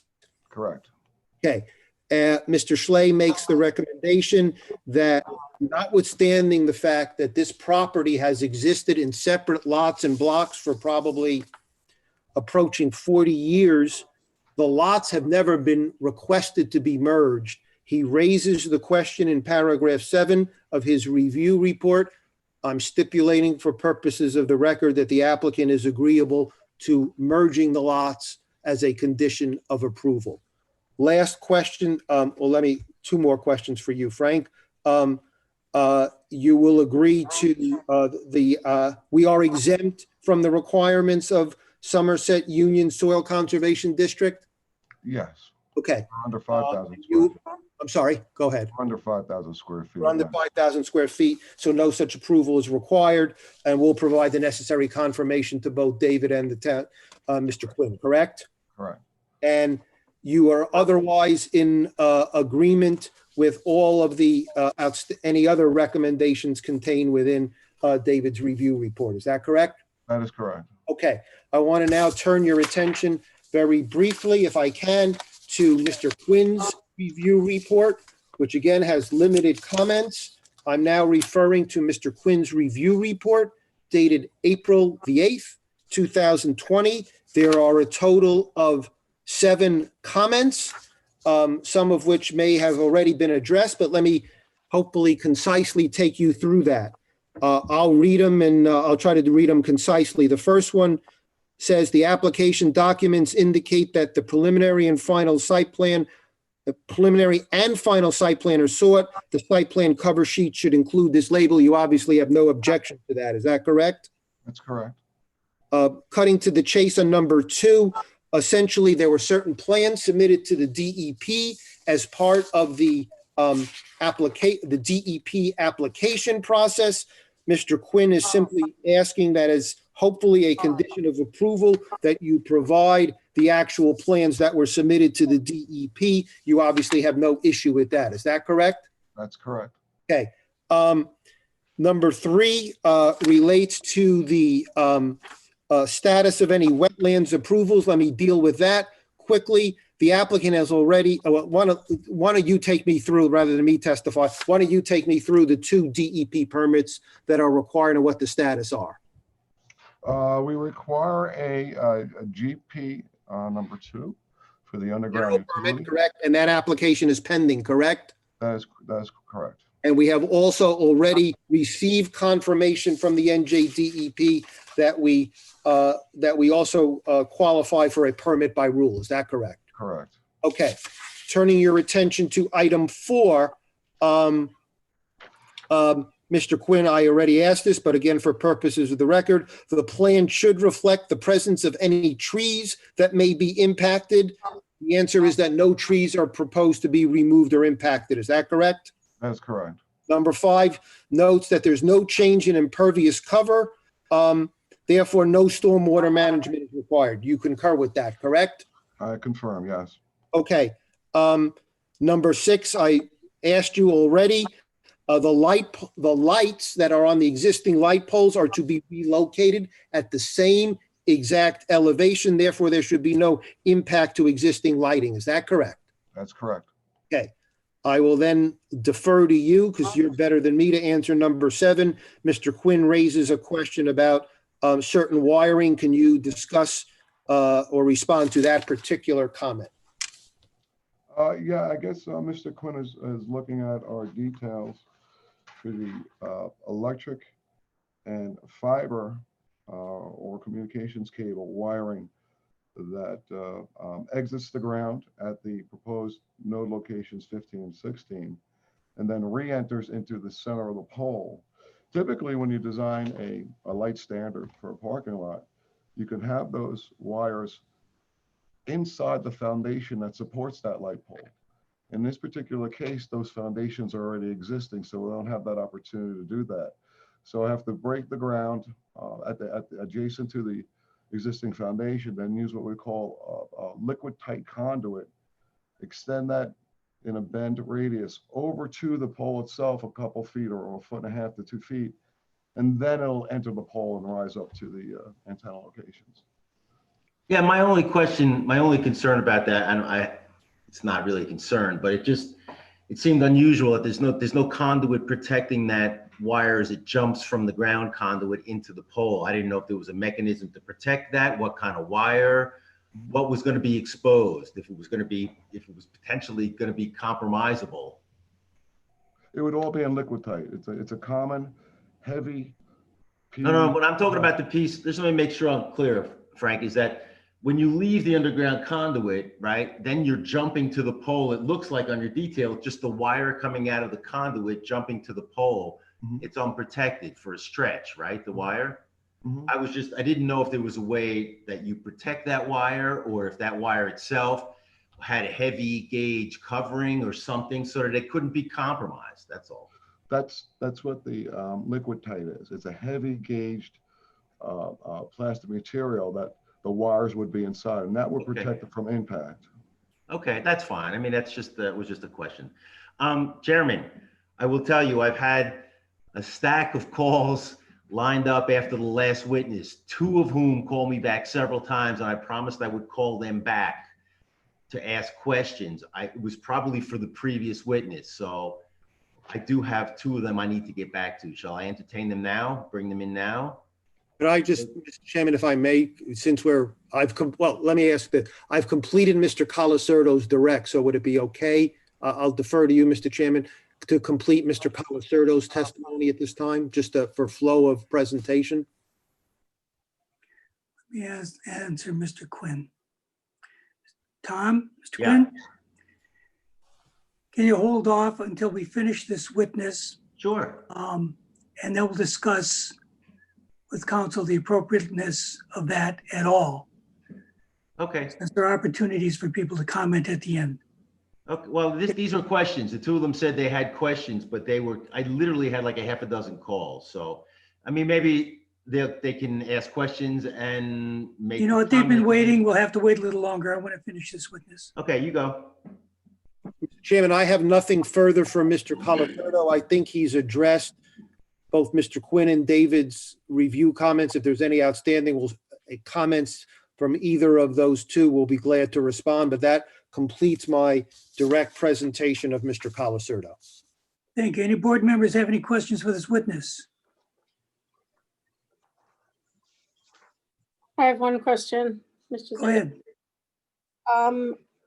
With respect to, if I get this right, with respect to node 15, which is going to require the replacement of that pole, how long has that pole been there? I assume the existing pole that has been there for some time. Can you tell me that? I would have to dig through my files and see if I can find if I have any existing drawings that have some dates on it. But I believe the facility was constructed in 1980s, 1990s. So it has to be there as long as that. Thank you. Any other board members? Any professional? Mr. Schneider, you saw the letter dated March 4 from the County of Somerset Planning Board, yes? I did. And you will stipulate to anything that they ask of you within That's reason? correct. In fact, we have followed through with them as recently as this morning. We have I can let Mr. Colasurdo testify, but we've essentially answered their responses. There does not appear to be the easement required, and we submitted some additional information, and they are reviewing that, and we checked in with them this morning. Thank you. And obviously, any approval would be subject to their approval. Perfect. Mr. Schley, you have any comments, questions? No, the applicant addressed all my comments. Just one clarification as far as the soil erosion and sediment control plan, and the applicant indicated that they were exempt from the review by the Soil Conservation District. If that ends up being the case, then the Township Engineering Department will review the soil erosion sediment control plan because that's part of their stream buffer management plan. I just wanted to clarify that. I think the applicant agrees to that. That's fine. That's fine. Okay, I'm going to close that portion of the witness's testimony. I'm going to open it to the public to ask questions. Here's the ground rules for asking questions. And at this time, Mr. Quinn, if those folks want to ask the question from before, they can. But here are the ground rules. These are questions and questions only. They're going to be limited to 1 minute question because these are not comments. These should not stray from the testimony. They should not do more than ask for clarification of something arising out of the testimony that somebody does not understand. Okay, the questions that we got before, while we want to hear from the public and they will have an opportunity to register their support or their opposition, those weren't really questions, and we want this to proceed so the board can deliberate and rule on it. The public's going to have its chance to weigh in for or against. So subject to those guidelines, it's going to be very short. They do have to be questions. Please call 908-930-3404 if you have a question. Thank you. All right, Mr. Zidell, I have one of the callers from before who's on. Go ahead, ma'am. You can identify yourself. Hello, this is Tammy DeVoe calling. Can I have your address? 274 North Maple Ave. Thank you. Your question? Go ahead, ma'am. You can ask your question. Okay, so if the board approves the request for Verizon to put these nodes up, is Verizon willing to plant 16-foot pine trees along the street line to block the signal? It was discussed in the last meeting that foliage will block the signal, and that seems like it might be something that would make me, as a resident, feel better. We don't think that's necessary under the circumstances, given the levels of electromagnetic fields of such an infinitesimal nature, and given the fact that these levels are completely masked by the existing radio frequency environment. We just don't think that's an appropriate condition. We have proffered certain appropriate conditions, specifically as they relate to exceeding certain maximum power levels, but supplementing landscaping is an unnecessary condition, in our opinion, based on the infinitesimal levels of electromagnetic fields. Yeah, but this is not your property. It's mine and a bunch of other residents that are alongside here. So if it's going to appease some people and let us feel like there's something fully blocking through the winter, in the winter, these trees are bare. Ma'am, you can bring that comment up very briefly at the end. I think that's not meeting the guidelines for questions. We have a lot to get through. Plant some trees. Are they willing to plant some trees? Question has to be related to the witness and the testimony. I'm sorry. What are you saying, ma'am? Are you still on? Yes, I am.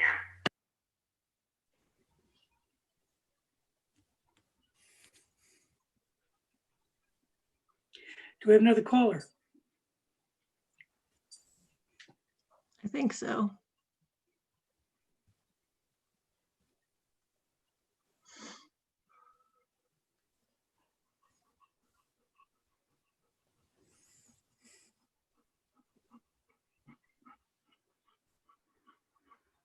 Tom, were there more calls queued up?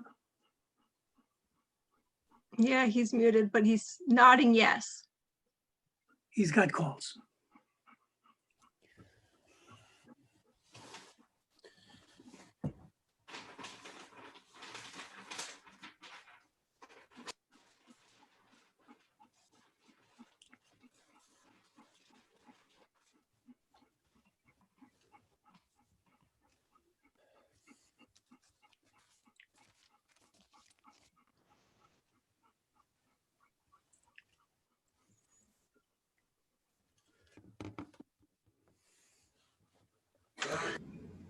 Okay. Oh, you there?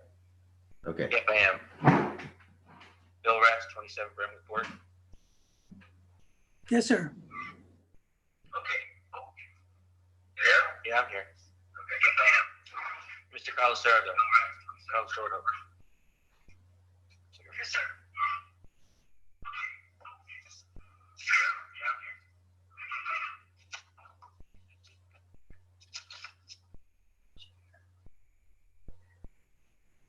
Okay, I don't know if I should talk. Yes. Sounds like a different way. Mr. Carlos Sordo, have you been involved in the nodes placed in the past on the main campus? I couldn't hear that. Can you guys hear that? I couldn't hear it. Speak up. He didn't hear it. Sorry to say. Have you been involved in the other nodes placed on the main campus in the past? Yes. I can't hear him. He said yes. You've been involved in the other nodes placed on the main campus in the past? Yes. So you're familiar with the 16 nodes that are on that main campus? I am. Yes. He said yes.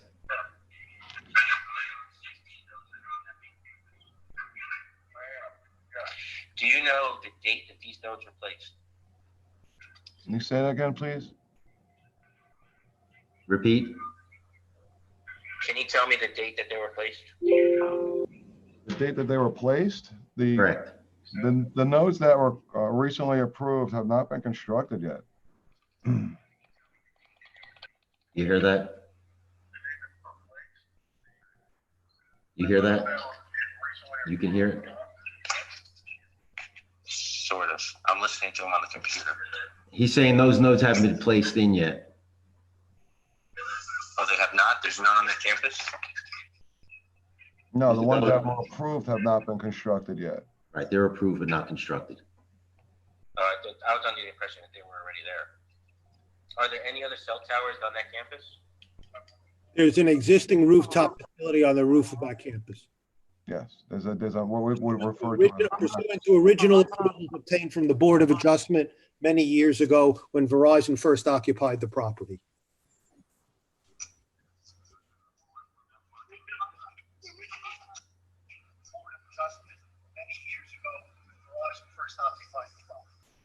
Right. Do you know the date of that, Mr. Snyder? Where is the question going, please, sir? We're trying to proceed to get a matter before the board. We're trying to get the public input as well. Don't I get 5 The minutes? question, I'm not following how the question is helping the hearing progress. Okay, so here's my question. All right, let's cut to the chase.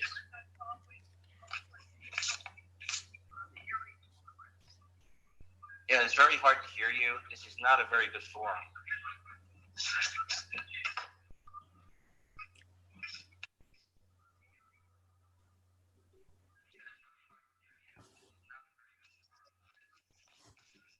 I wish you guys would have another hearing when this COVID thing is over, and we can do this in person over at the courthouse.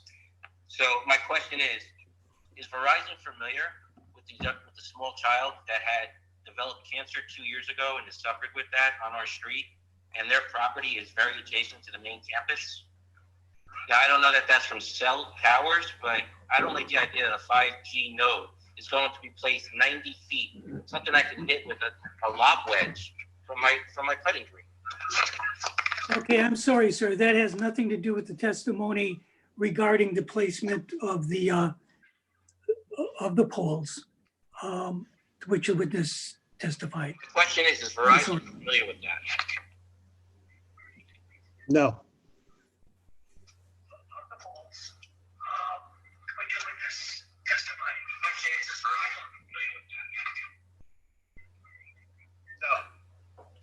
Well, I think you should get familiar with that.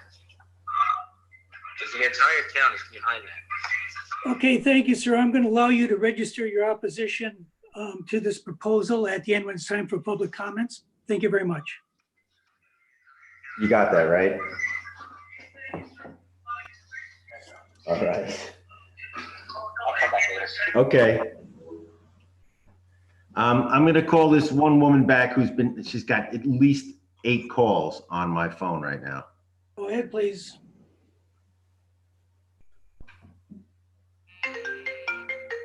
Not you. No, you've already been in there. Hold on a minute.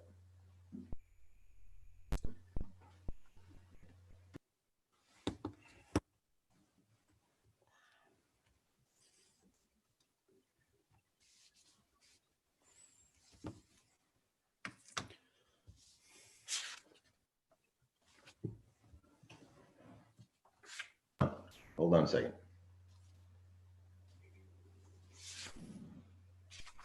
Okay, ma'am, go ahead. Hello, everybody. My name is Isabella Trachtenbroich. I live at 21 Brentwood Court. I can literally see the Dolce building or former Dolce building. There is a delay.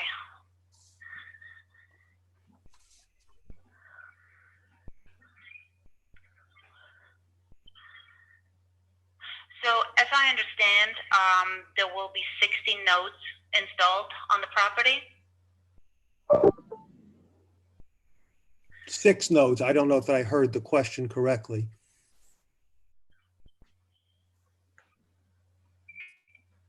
6. You said 6? 6, yes. Okay. Okay. Yes, I hear you. I'm gonna read a very short, brief excerpt from the notes that I was reading just to familiarize myself with the issue, and then I'm gonna pose my question. Is that okay? You have 1 minute to read it. Please proceed. Well, okay. Hold on.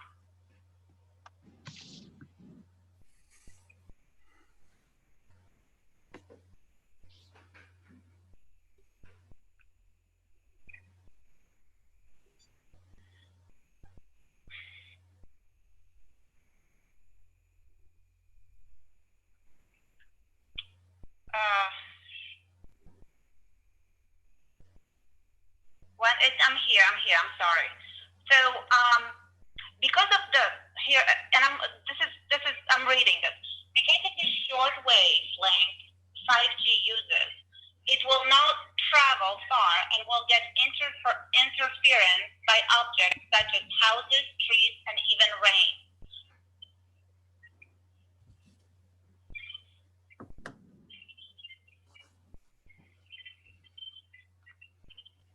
Is Yes, there a what is your question? The Environmental Health Trust contends that 5G will require the build-out of literally hundreds of thousands of new wireless antennas in neighborhoods, cities, and towns. Ma'am, you can express how you feel about the application at the very end, because this is testimony that you're giving. I think you're reading from something into the record, and you can do that, but at the end. This is just for questions. Cell stations every 2 to 8 houses so that people still have a strong signal.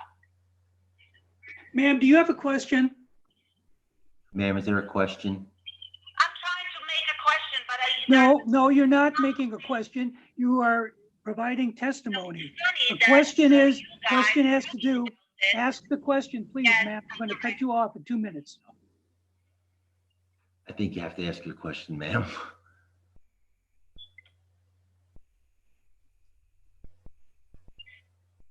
question is, can I ask the question? Please.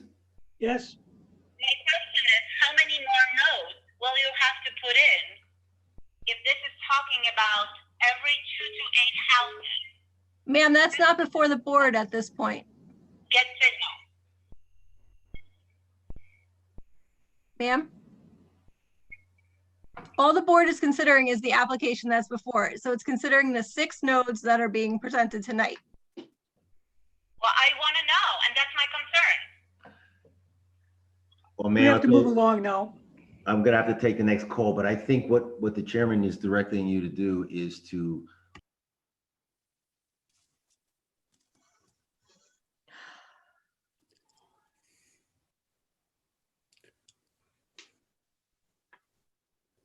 Okay, we cut that question off for failure to really formulate a question. Mr. Quinn, is there anybody else calling in? Yeah.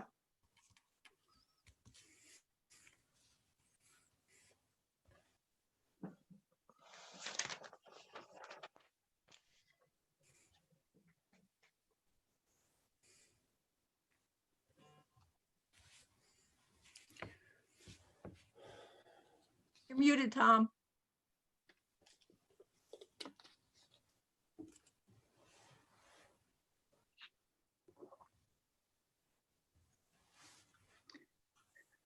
All right, try it now again, sorry. Barbara Haruskevich, 195 Madisonville Road, Basking Ridge. You may have to spell your last name. CHORAZYKIEWICZ. Thank you. Go ahead. Am I being heard? Because I muted my. Yeah, I can hear you fine. Go ahead and ask Okay. your question. Can they hear me? Yes. Yes. Okay, so my question is 202 Madisonville Road testing site for 5G?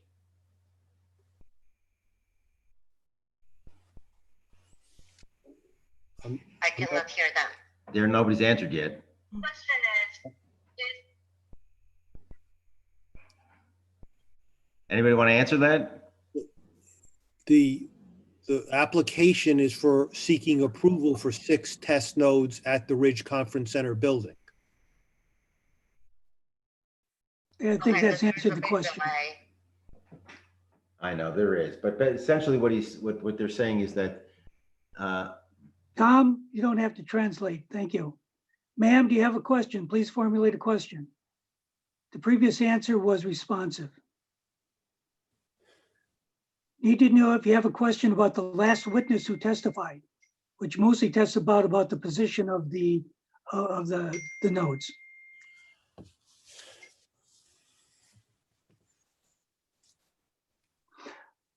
Okay, hearing none, I'm going to move along. Do we have another question? Wait, hang on. all right, Ed, hold on a second. I'm going to put you up. You ready? Okay, sir. Go ahead. Ed? Yes. Yeah, go ahead. Yes, sir. I muted my computer, so to Good. avoid some of that delay, you know what, Dr. Ratz is correct. This form is terrible. I think that we should have a better form set up in the future to make this more effective, because I think a lot has been lost here tonight. Sir, can I have your last name and your address? Ed Rubino, 84 Culberson Road in Ridge.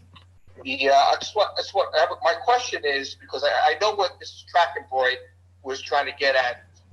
The application for Verizon is to put 6 nodes at the Ridge complex there, and she's saying 6 nodes is not enough to accomplish anything. It's not enough infrastructure. So the question for the residents that surround that area is, they're concerned about the future applications to install more infrastructure to accomplish and get the signals they're looking for, and that's where we're concerned. So, well, that might come up in the future, but that's not what this application is. Sir, this board can only hear the application that it has, and it's quite limited. We are not in a position to rule on something in the future. That's the question.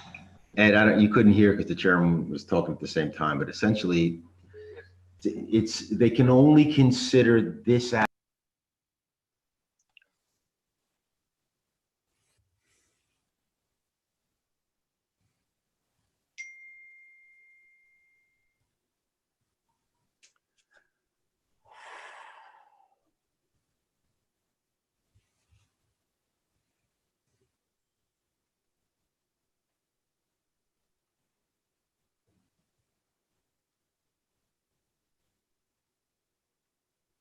Mr. Chairman, just one comment. I appreciate that it's a long night and there's a lot of comments that want to be made.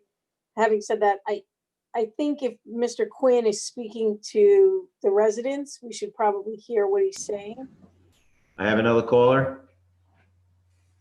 Go ahead, ma'am. Ma'am, you have a question? Ma'am? Hello? Go ahead. Hello? Yes. Your question? Yes. I'm Lorena Ratz. Yes. Hello? Yes. I'm Lorena Ratz. I'm Lorena Ratz. 27 Brentwood Court. Hello? Yes.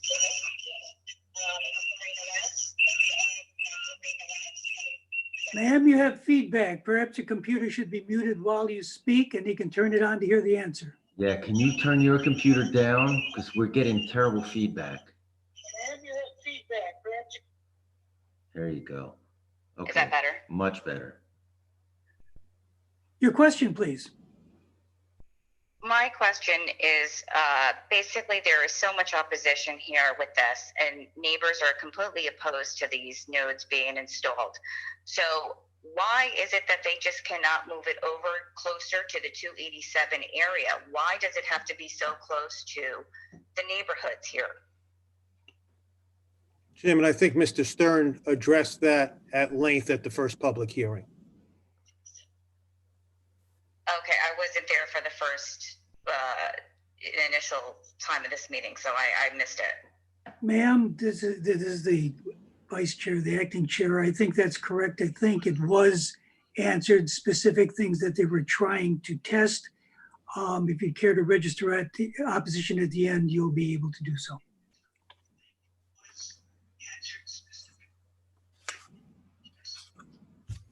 Thank you. May I proceed with my next witness, Mr. Chairman, or we're still? 10 seconds. Okay, I'm sorry.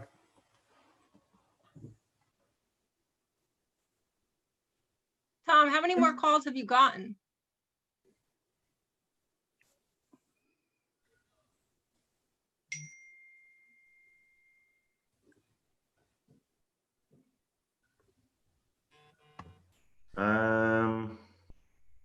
I've got. Oh yeah. This is not gonna end. I get a text message from somebody who's looking for Mr. Zeidel's cell phone. Hold on. Okay, ma'am, Mr. you're on. Chair and council, oh, I'm sorry to interrupt the question, but does it make more sense to just go through all the testimony and then we'll just take all of these questions at the end? Because now we're not even getting through the testimony at this point. Yeah, we're not getting through, we're not getting through the testimony because these are not questions. There is community opposition and that's fine, and they should be allowed. About NJDP application. Okay, you want to announce yourself? Barbara Horążkiewicz, 195 Madisonville Road. Can you explain the basis for the NJDP application? Frank, want to do that? You want me to do that, Rich? Yes, go see, you can do it concisely. Yeah, there's two issues with Note 15. One is since we are in a stream encroachment area and wetlands buffer, that we have to get a permit to put in the underground utilities. That would be the electric service and the communications or fiber service that would feed that antenna. The other jurisdictional determination we got was for your flood hazard area. And that was received on February 25th, 2020 from the DEP. Rich, correct me if I'm wrong, was this submitted as part of the application? The copy of the application was separately submitted by our environmental team Township. That's on file with the Township. So the DEP has approved, basically they have no issues. It's basically a permit by rule. Can you hear his response? Yeah. I'm muting my phone right now so I can hear the responses. I know, it's very cumbersome. For the benefit of for the benefit of the member of the public who has a fair question, there are two permits required from the NJDEP. They've already confirmed one that we can proceed by permit by rule. The other is pending for the by the NJDEP, and obviously as to nodes 15 or 16, we can't proceed until we get those permits. Did you get all that? I think she muted her phone. Did you get that, ma'am? Yes. Okay. Okay, I think that answered the question. I hope it did. Hope it did. I'm going to close the public portion on the questions here. Board council had, a really good observation. Community will want to be heard and they'll be able to register their views at the end. It's important that we get through the testimony and try to get to where the board could maybe have something to rule on. Mr. Schneider, would you please go to your next witness? Mr. William Masters? There's one guy had the same car, same exact car I had. It was just like a couple years different. I'm hearing something. Okay, I can proceed. Mr. Masters, I'll remind you that you've been previously sworn and are under oath, okay? Yes, What is your profession? I'm a professional planner licensed in the state of New Jersey. I've been continuously licensed for the past 39 years. I'm sorry.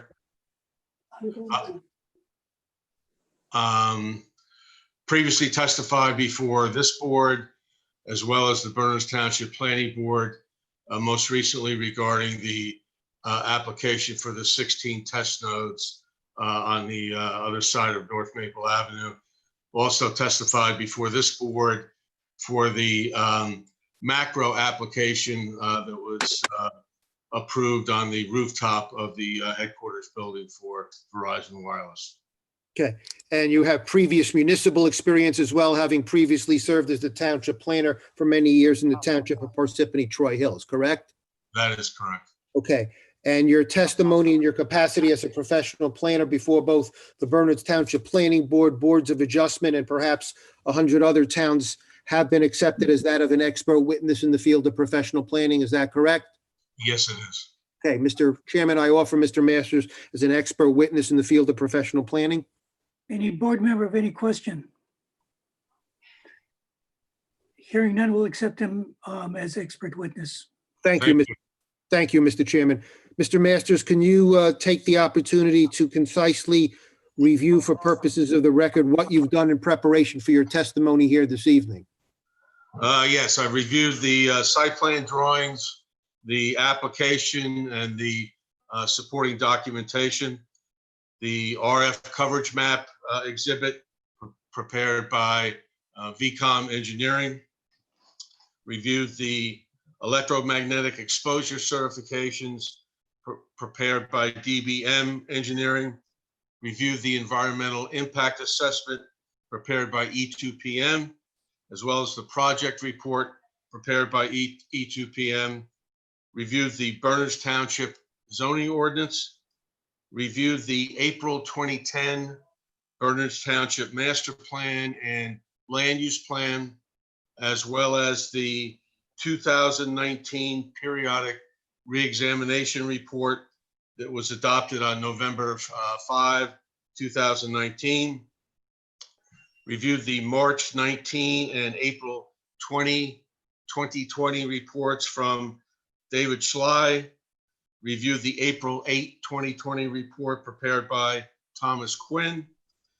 Visited the site on numerous occasions and prepared photo simulations for the proposed nodes.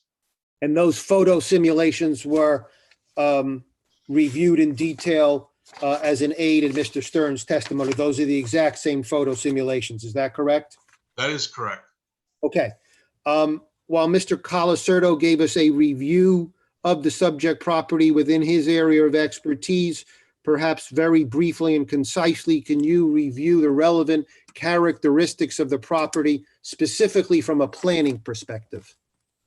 Yes. First of all, it's an existing developed property, the Ridge Hotel and Conference Center, an existing parking deck, an existing access associated with that complex, numerous existing light poles on the property. The property itself is a large piece of property, almost 35 acres.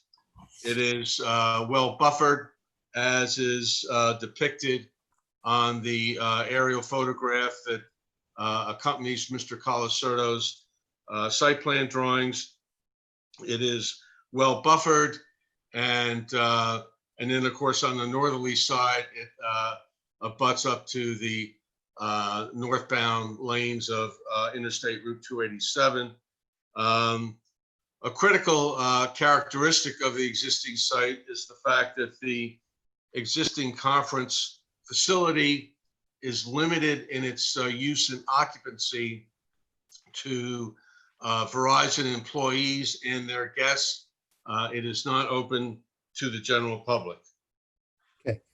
Mr. Masters, with that background, let's talk about the zoning for the subject property. The property is located in the E-1 zone. Is that correct? Correct. The E1 office zone. E1's, that's correct. And among the permitted conditional uses in the E1 zone is a conference center, and that's in fact how the property currently has been developed. Is that correct? That is correct. And among the permitted uses as a conditional use and a conference center is a conference center which provides formal or informal education, training facilities, lecture, business, and commerce meetings. Is that all correct? That is correct. And that is in fact how the property is currently developed, correct? Yes, it is. Okay. Interestingly, and very, very important, the previous determination has been made for reasons unique to the testing aspect of this application that the wireless communication ordinance does not technically apply to this matter. However, if in fact the wireless ordinance would apply, am I correct in concluding that antennas on existing structures would be a permitted use in the E1 zone? Is that correct? That is correct. Section 21-17A.5, subsection lowercase b, number 2, states that any antenna which is not attached to a tower may be attached to any existing business, industrial, office, or institutional structure located in the E1, E2, E3, E4, and E5 office zones, provided that, and then it provides for essentially bulk or standards, all of which the proposed nodes would comply with. The first being that the antenna does not exceed 10 feet more than the maximum building height for the zone wherein the structure is located. Secondly, the antenna complies with all applicable FCC and FAA regulations. Third, the antenna complies with all applicable building codes, and the antenna complies with subsection 21-17A6, including materials, placement, and reinforced plastic panels designed to make the antenna the least visually intrusive to adjacent properties. And in fact, what we're proposing to do here is to wrap the test nodes themselves, which in and of themselves are only 12 inches by 18 inches. Each node is approximately 1.5 square feet, extremely small antennas. But in the interest of meeting the intent and spirit of the wireless ordinance, it's the intent of Verizon Wireless to wrap those nodes in a concealment film in order to make the appearance of the antennas blend with the structures upon which they're proposed to be attached to. So putting aside the fact that there was an administrative determination that the wireless ordinance doesn't apply, 5 of the 6 nodes, with the exception of the one node which is located in the parking lot right adjacent to 287, 5 of the nodes would comply with section 21-17A5. Is that correct? That is correct. Okay. Notwithstanding that, the matter is before the board essentially for 2 variances. Is that correct? The first one being a D1 use because of the determination being made or having been previously made that the test nodes were not technically accessory to the existing conditional use at the subject property. Is that correct? That is correct. And the only other variance relief relates to node 15, which represents an existing light pole 59 feet to the side yard property line, and whereas 100 feet is required and 150 feet is required to the R4 zone boundary line, correct? Yes, that's correct. 59 feet, 5 inches to the side property line, wherein 100 feet is required pursuant to section 21-15.2, lowercase d, table 506, minimum side yard requirement 100 feet, and section 21-15.2d, table 506, minimum setback from a residential zone, which requires a minimum distance of 150 feet.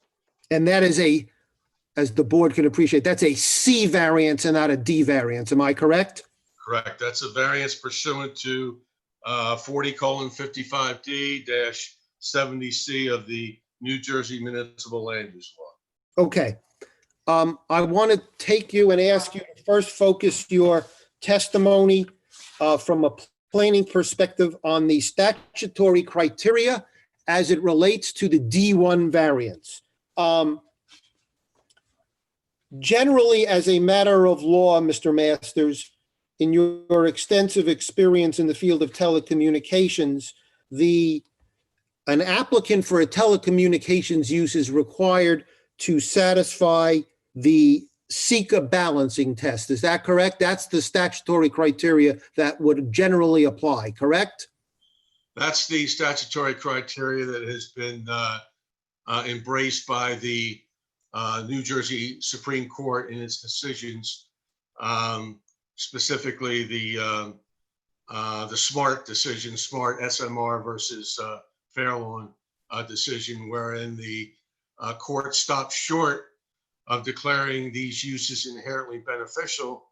However, they adopted the standard previously reserved for inherently beneficial uses, that being the SECA balancing test, for purposes of addressing the negative criteria analysis. So in other words, the courts created somewhat of a hybrid analysis for wireless applications. They did not declare them inherently beneficial, but applied the inherently beneficial test for the negative criteria analysis portion of the applicant's burden. And is it fair to say that every telecommunication case that you've ever testified, that you've applied nothing other than the SECA balancing test? Is that correct? That is absolutely correct. Okay. Notwithstanding that longstanding principle, the question was raised by David, Amanda, Mr. Warner, and myself as to whether there is an alternate argument as to whether the Medici enhanced quality of proof might alternatively be applicable to this case. You're aware of those discussions? Yes, I am. Okay. And it is your opinion that the Medici enhanced quality of proof would technically, in your opinion, not apply, and you still think SECA applies, correct? That's my opinion, but I believe that a case can also be made here for this particular application under the enhanced quality of proof standard under the Medici decision. Okay, so to err on the side of caution, to use the phrase of the evening, you're going to address both the SECA and the Medici standards. Is that correct? That is correct. Okay. Fundamental to both standards, the first inquiry is, correct me if I am wrong, and I'm going to do this in the interest of time. The first inquiry is whether the use serves the general welfare because the site is particularly suitable for the proposed use. Is that a fair statement of the required special reasons or positive criteria that the applicant is required to satisfy? I would say this. I would say that the relative to the first step in the process, both with regard to SECA as well as Medici, is to show special reasons. The positive criteria, also known as the special reasons. Special reasons being the purposes set forth in the municipal land use law in terms of the promotion of the zoning purposes of the MLUL. And I would submit to the board that with regard to the special reasons, this proposed project meets that standard, specifically with regard to 40:55D-2A of the municipal land use law relative to the promotion of the public good and general welfare. The courts in New Jersey have found that generally the issuance of an FCC license should suffice that the use serves the general welfare. Verizon Wireless holds multiple licenses in many different frequency bands, and as such satisfies that particular special reason or zoning purpose in the municipal land use law. Secondly, under 55D-2I, the application promotes a desirable visual environment through creative development techniques and good civic design and arrangement.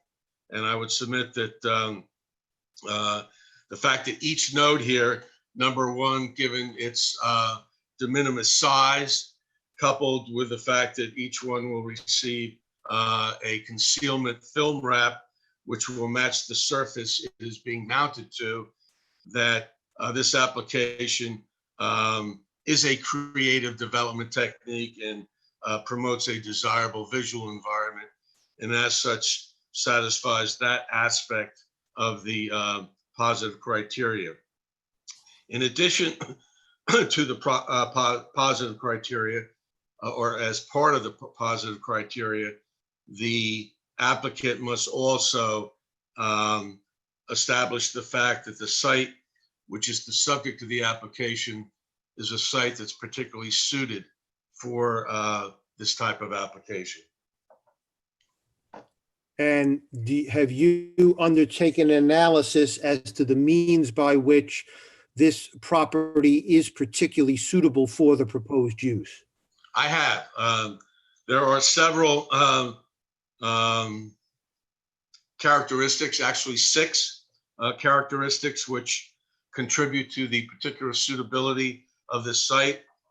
First, it is a large property, consists of 5 lots totaling 34.92 acres, of which all of the proposed nodes will occupy only one of the 5 lots, which happens to be the largest lot, Block 803, Lot 2, which comprises 24.988 acres. Secondly, the fact that the site is an existing developed property, the existing hotel and conference center, an existing parking deck, existing access, existing light posts. It makes good planning sense to exploit existing structures in the deployment of this type of technology. The existing developed character of the site affords the opportunity to either utilize existing structures, replacement structures, or in the case of node 13, locate a concealment security camera pole as a support structure, which happens to be on the existing parking deck oriented towards the Route 287 portion of the property, such that the overall project results in a 0% increase in the impervious coverage on the site. So the existing impervious coverage remains at 20.12%, wherein the zoning ordinance in the E1 zone permits up to 70% of impervious coverage. So there is no site disruption whatsoever, and that applies to both SITE and SIGHT.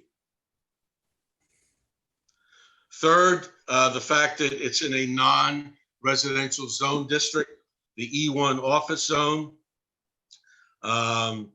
which conditionally permits conference inns, which is the existing primary use of the property.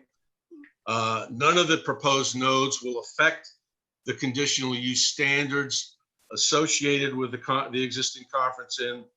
The subject property lies also within the same zone district as the Verizon headquarters campus across North Maple Avenue.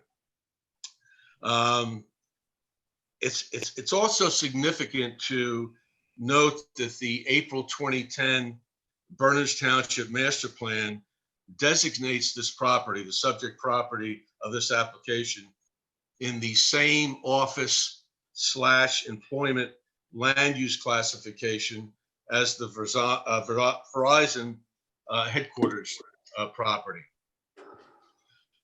Fourth, the fact that it's a well-buffered site, maintains a substantial wooded buffer along the common southeasterly property line with the residential properties on North Maple Avenue and Brentwood Court. And fifth, the proposed use is compatible with the existing principal use of the site. Again, the critical characteristic of that being that the use of that conference center is restricted to employees and guests of Verizon. The sixth and final characteristic, relying upon the testimony of Mr. Stern, the subject site meets the technical requirement for the reasons testified to by Mr. Stern, such that the proposed test nodes are related and important to the training and education that is conducted at the Ridge. So for all of those reasons, Mr. Masters, do you have an opinion as to whether the special reasons or positive criteria has been satisfied? I do. I believe that both with regard to the special reasons, the promotion of the general welfare by virtue of the multiple FCC licenses, the creative development technique to promote a desirable visual environment, as well as satisfaction of the particular suitability standards, all contribute to the application meeting the positive criteria. Okay, that does not end the applicant's burden, as this board is well aware, because we must also satisfy the so-called negative criteria. So let's deal with them in the order that we had discussed them. Let's first address the negative criteria under the SECA balancing test. And there's a 4-pronged balancing test that you're going to take us through. So let's start by discuss the first prong of the SECA balancing test asks us to identify the public interest at stake here. Do you have an opinion as to the public interest that is at stake? And in doing so, do you have an opinion based on recent FCC regulations as to the significance of 5G as it specifically relates to the public interest at stake? I do. There are two aspects relative to the public interest at stake. One is the fact that, again, Verizon maintains multiple FCC licenses, and as such, promotes the general welfare under that standard. Secondly, the FCC issued a declaratory ruling back in September of 2018. In that declaratory ruling, they indicated that the ruling was part of their ongoing efforts to remove regulatory barriers that would unlawfully inhibit the deployment of infrastructure necessary to support 5G services. They go on to state that supporting the deployment of 5G and other next generation wireless services through smart infrastructure policy is critical. And again, I would interpret smart infrastructure policy to mean, whenever possible, attaching infrastructure to existing infrastructure, which is the case in this particular application. And goes on to describe the benefits of 5G in terms of promoting new healthcare and life-saving connected car technologies, creating jobs, estimating that wireless providers will invest $275 billion over the next decade in next generation wireless infrastructure deployments, which should generate an expected 3 million new jobs and boost our nation's GDP by $500 billion. So in that regard, I would also suggest that the application promotes the public interest based upon the FCC's efforts to launch the 5G technology. Okay. The second prong asks us to identify any detrimental effects. Are there? There's always some detrimental effect when there's a variance involved. In this case, a use variance and a bulk variance. I would submit that though the key analysis here and consideration should be whether or not that detrimental effect rises to the level of substantial detrimental effect. And my conclusion is that it does not in the case of either variance request. Given the, again, the de minimis nature of this particular infrastructure, the size of the property, the buffering of the property, the attempt to attach the antennas to existing infrastructure where possible, the fact that there is no increase, there's 0% increase in impervious coverage. I must tell you, I can't remember an application that I have done that did not involve any increase in impervious coverage, which is the case here. My conclusion, and again, I think the photo simulations speak for themselves. I think that that the detrimental effect here that will ensue does not rise to the level of substantial detriment. And in fact, generally when you're dealing, and I'm sure this board is well familiar, generally when you're dealing with a D variance, you're asked to assess issues of noise, traffic, or other impacts. None of that is present here, correct? That is correct. The use is an unmanned, unoccupied facility. It's similar in nature to a utility use. And again, at the end of the day, the primary concern from a planning perspective is visual impact. And again, I think my visual analysis clearly indicates that the visual impact here is not substantial.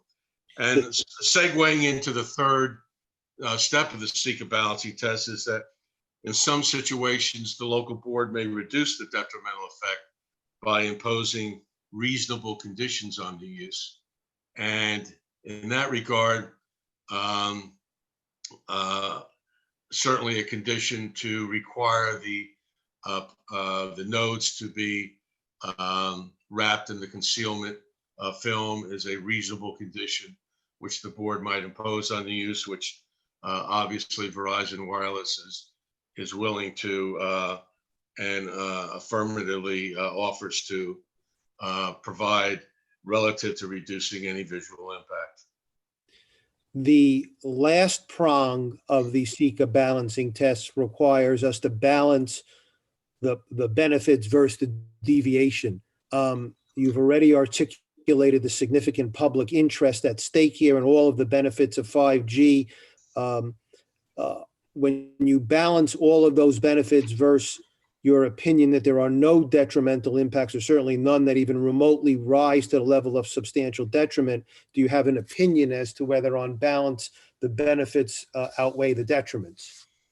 I do. I believe that when you consider the positive benefits of wireless telecommunications in terms of its promotion of the general welfare, the critical nature of the 5G deployment. Logic would dictate that testing would be a vital component to the launch or deployment of a new technology, obviously 5G being a new technology. I think that the positive benefits associated with that 5G, and what better place to test the deployment other than the corporate headquarters facility of a company that is involved in the deployment of 5G technology. And I would submit that the scale tips in favor of the positive here, outweighing the negative, and as such satisfies the four-step seeker balancing test. Because the issue was raised by the township, let's alternatively address whether we would satisfy the Medici enhanced quality of proof. You've already articulated all the reasons why the site is particularly suitable for the proposed use and advances the general welfare. I will not take you through that again. So let me focus my questioning on whether we satisfy the enhanced quality of proof to reconcile the grant of the variance with the fact that the ordinance technically does not permit it. There's a major significant anomaly here, which makes this appearing to be an easily satisfied burden. Normally, when you're before a board such as this and are required to satisfy the Medici test, the underlying use is not permitted. We acknowledge here that these test nodes are not ones that are specifically zoned. But if we looked at the broader ordinance and we would apply the wireless ordinance, isn't there a major anomaly here that as to 5 of the 6 nodes, the actual underlying use of telecommunications is permitted in the E1 zone? Yes, the underlying zone district, the E1 zone, and the comprehensive wireless ordinance for Berners Township specifically permits antennas which are not attached to towers to be attached to existing structures and buildings in the E1 zone. And as such, I think that clearly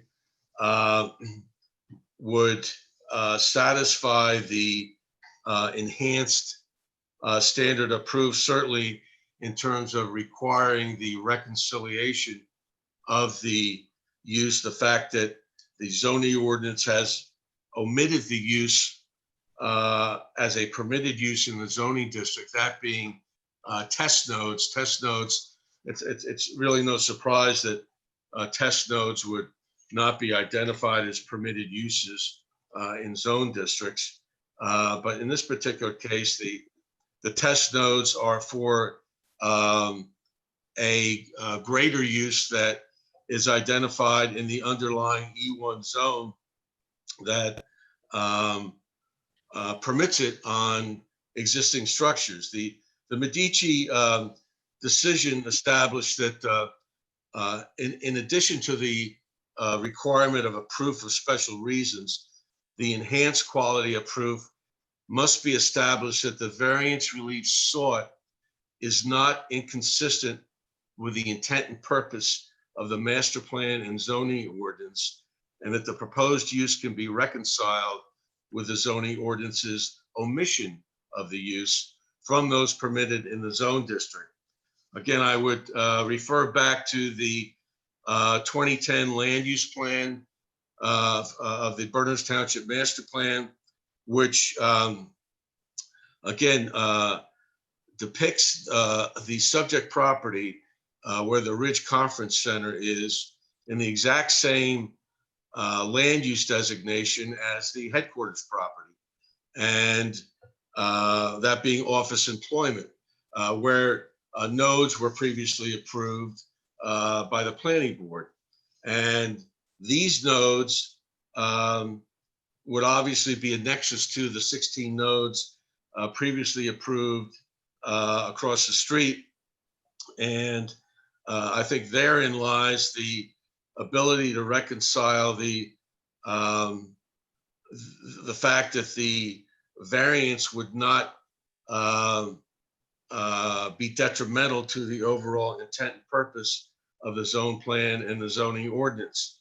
The second aspect of that is in the 2019 reexamination report of the Berners Township Master Plan, which was just adopted 7 months ago, states on page 21 that wireless telecommunications towers and antennas update discussion to reflect the Telecommunications Act amendments that facilitate deployment of 5G telecommunications facilities and update local regulations for consistency with the new federally prescribed review procedures for 5G deployment. Well, here we are this evening having a discussion about the deployment of 5G technology. And we're having that discussion on a piece of property that's the corporate headquarters for Verizon. So I think, again, clearly in terms of reconciling the omission of the test nodes from the zoning ordinance is easily reconcilable with both the 2010 master plan as well as the 2019 reexamination report, as well as the comprehensive zone plan, in that it permits antennas on existing structures in the E1 zone. And again, I think one of the critical characteristics of this property in terms of its particularly suitability is the fact that this is a facility solely for the use and benefit of the corporate office campus. This is not the old Mill Inn. This is not Dolce. This is a conference inn that is solely for the utilization of the headquarters facility for Verizon. And I think that's critical to the unique aspect of and that's another issue that Medici talks about, is that they spoke about the nature of the proofs offered to achieve the reconciliation, noting that it will depend upon the circumstances of each case.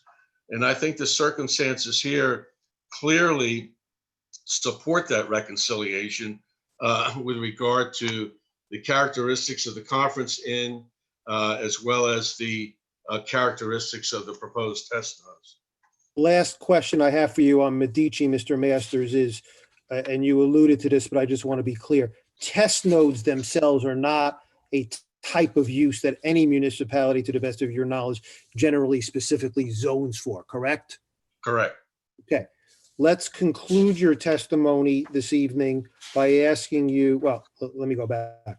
So therefore, in your professional opinion, or do you have an opinion in your capacity as a professional planner, whether the statutory criteria both under Medici and SECA is satisfied for the grant of the D1 variance? I do. I believe that the application clearly satisfies the standards under the SECA test, and under the more stringent Medici test, the enhanced quality of proof standard, relative to the reconciliation of the variance request to the existing comprehensive master plan and zoning ordinance. I believe that both the positive and the negative criteria are satisfied under both standards. Let me conclude your testimony, Mr. Masters, by asking you to, in a concise manner, address the statutory criteria for the granting of the variance as it specifically relates to node 15. Right. Node 15 is for the setback, the side yard setback, in terms of the distance to the property line, as well as the setback to the residential zone boundary line. And I would submit to the board that the argument here relates to where by reason of an exceptional shape of a specific piece of property or by reason of an exceptional situation uniquely affecting a specific piece of property or the structures lawfully existing thereon would result in peculiar and exceptional practical difficulties. Here we have a situation where we have an existing lawful structure, albeit it will be a replacement structure. That being the light pole, correct? Correct. Okay. However, it's being replaced at the same foundation where the existing pole is located. And that being the case, and that pole has been there presumably since the hotel has been there. The detrimental effect here simply is non-existent. It's an existing light pole. The height of the light, the intensity of the light does not change. Merely attaching two antennas to that existing light pole, both of which will be wrapped in a film that will match the color of the pole itself. The existing vegetation is such that the visual impact here simply is non-existent. The concerns that seemed to be raised earlier were relative to the distances that electromagnetic waves might travel. Visual distance with regard to those light poles along that entrance drive from Brentwood Court simply are not a factor. They simply are not. I drove Brentwood Court. I took a photograph from Brentwood Court, and the photograph was taken back on March the 20th, the day before the state lockdown. And there were no leaves on the trees. The trees were just starting to bud out, and you couldn't see the light poles from Brentwood Court.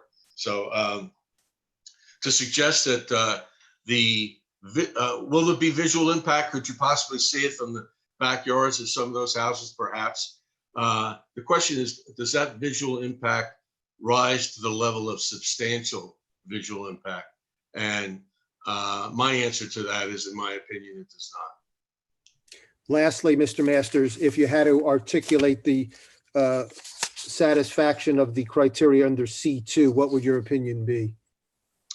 Again, I believe the benefits of the setback variance here outweigh the detriment owing to the fact that we're utilizing an existing replacement structure in the same location where the light pole currently exists. Mr. Chairman, I have nothing further for Mr. Masters. Mr. Zaidel, you're on mute.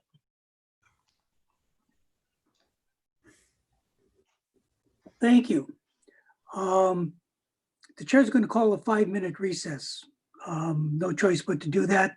So everybody can take a very quick break. It is 10:14 p.m., 10:19. We're going to come back online. Thank you. Okay, 5-minute break. There's 50 people trying to clog lines. It's the same people in the same lot buy the cheap houses next to Verizon and then trying to stop Verizon. And they just keep calling. And then the guy calls and then his wife calls. And they're like, do you have a question? And they're like, oh, blah, blah, blah. Yeah, you keep saying it's not a question. If you have a question, you can ask a question. But, yeah, my question is just Verizon know that someone has cancer on this block? That's nothing to do with what we're talking about. Yeah? Is it over? No, we're in fact. I heard it like, I was like, okay, that's not a question. Yeah, he keeps saying it's like, actually, I feel like he should have been stronger. So our normal chairman is not here because he lives like across the street from us. So he can't, he's not present. And it's also annoying. So normal lawyers in here, backup lawyers here. So it's just out of control. Like, you have to shut your people up to the question. then every person's going through, like, engineer. Who's like, oh,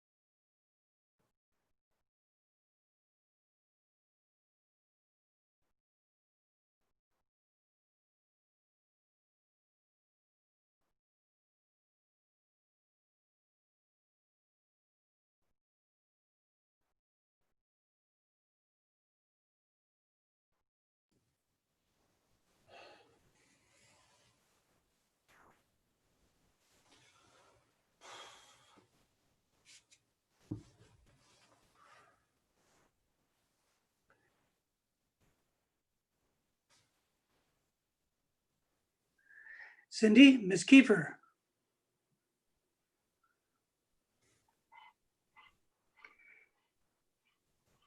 Yes, Cindy. sir.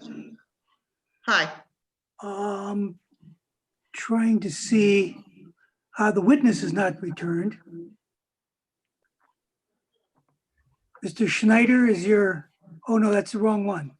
Who just testified? Mr. Masters, and he's there. Yes. Who's not present? Mr. Iorio.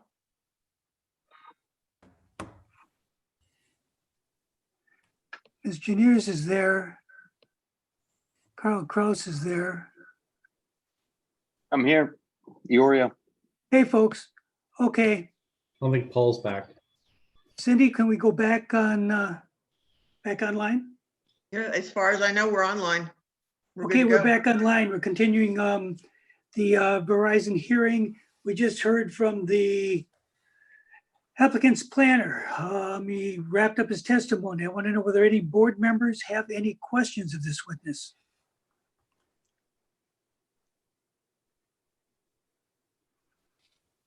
I have one question, Mr. Thill. Yes, sir. Maybe two. You referenced the other site, the larger site where the main office is. Was there, looking at a map, and I don't have any other reference point, and not being at the previous, planning board meeting and seeing if there was any homeowners that came to discuss any issues like we had tonight, was there any voice of concern, or is there no houses as near to that property that this property has? And I'm not sure if you answer that or who could answer that.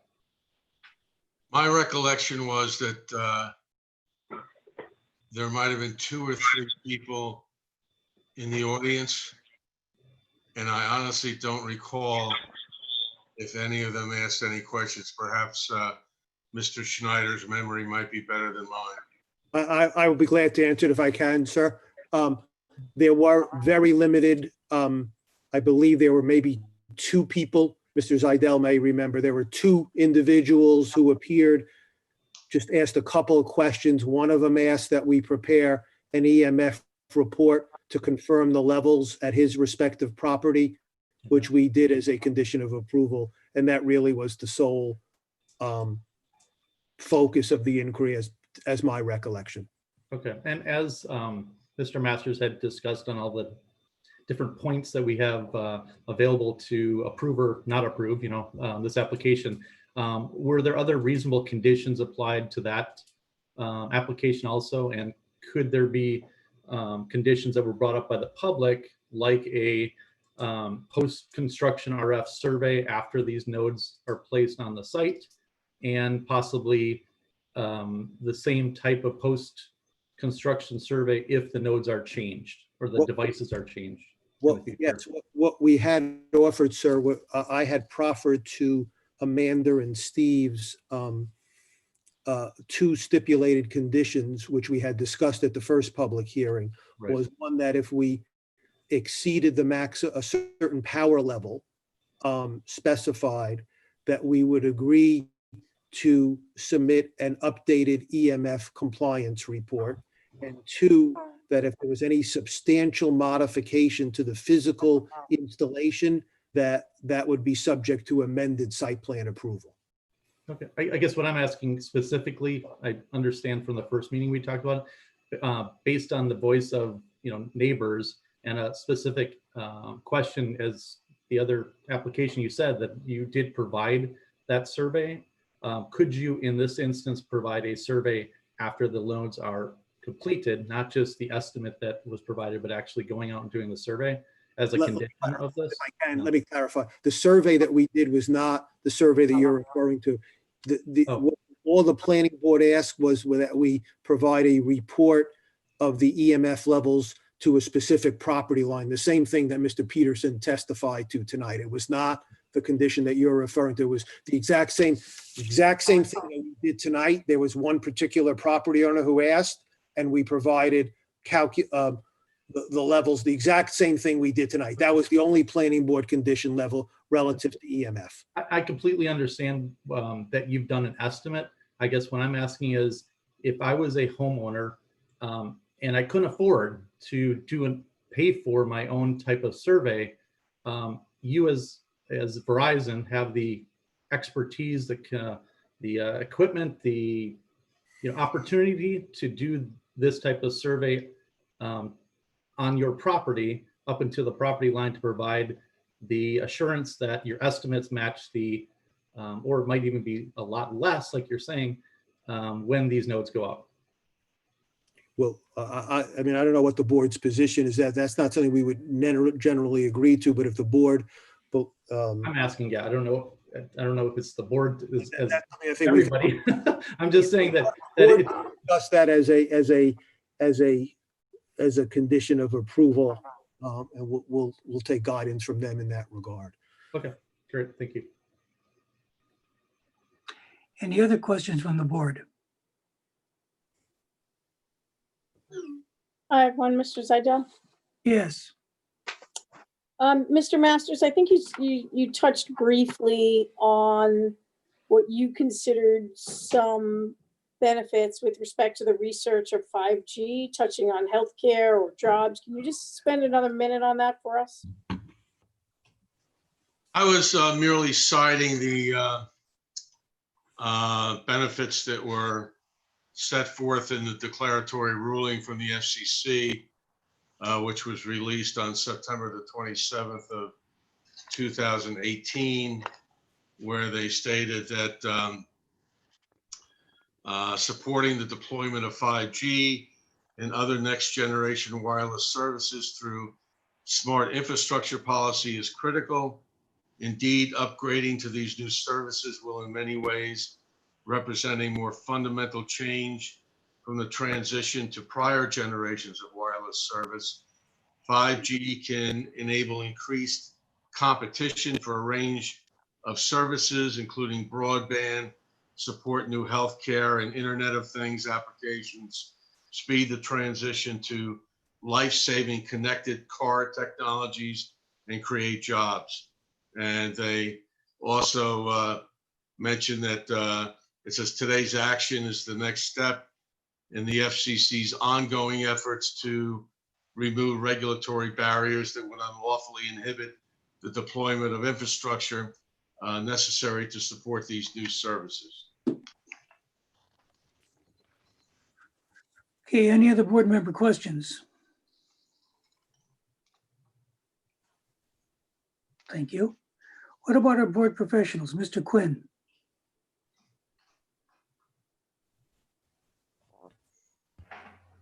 No, Mr. Zidell, I don't have any particular question about the planning testimony. Thank you. Thank you, sir. Thank you. Mr. Schley? I have no questions. Thank you.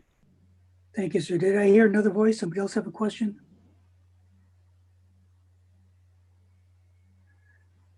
No, okay. Thank you, Mr. Schneider, for that witness. Okay. Well, we have the witching hour. It is 10:29. Normally what would happen here is I would open this witness to questions from the public. However, a couple of things have become apparent. Many of the questions overlap with comments. And since this is the last witness, we will very soon be to the point where the public would have its right to comment. Chair is aware, I think we're all aware of the difficulty, the challenges of trying to work with this technology. I want to thank everybody for making good faith efforts because it wasn't designed for this. I don't see how we could proceed any further this evening, especially in light of the board's rules not to have testimony after 10:30, when there's an unknown number of residents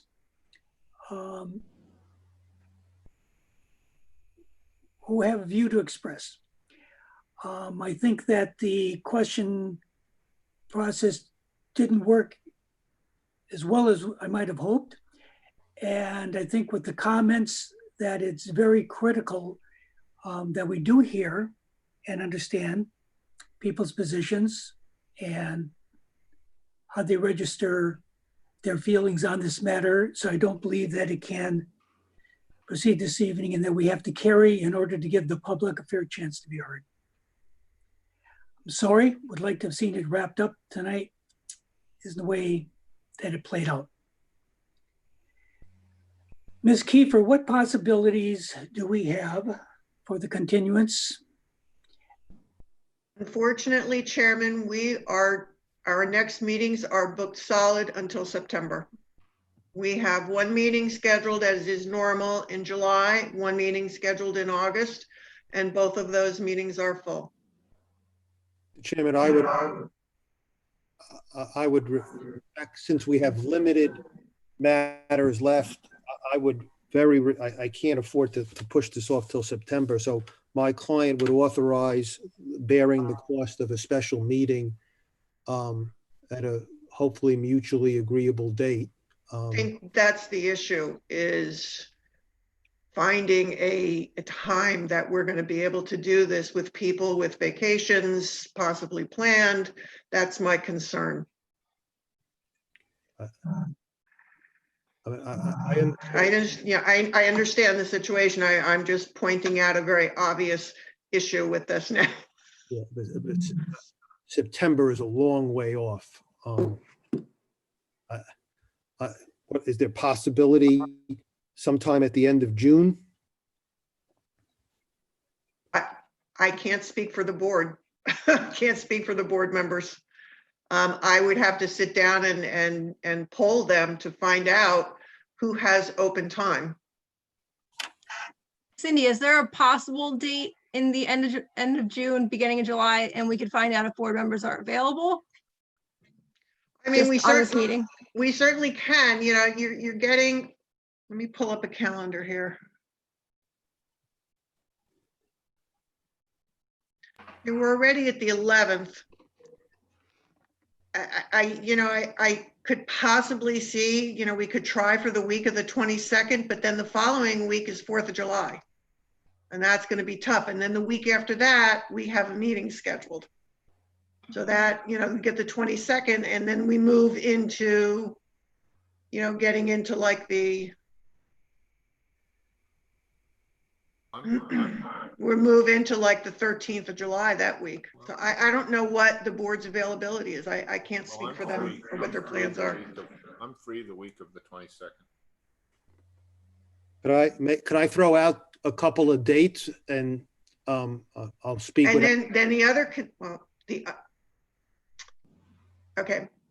I'm looking, assuming my own witnesses are available, I'm throwing out the 22nd, 23rd, or 29th, or 30th.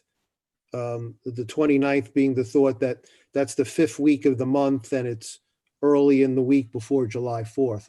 Assume, I'm just throwing that out as a date. All those dates work for me. Preferably even the 22nd, but I can't push it off till September.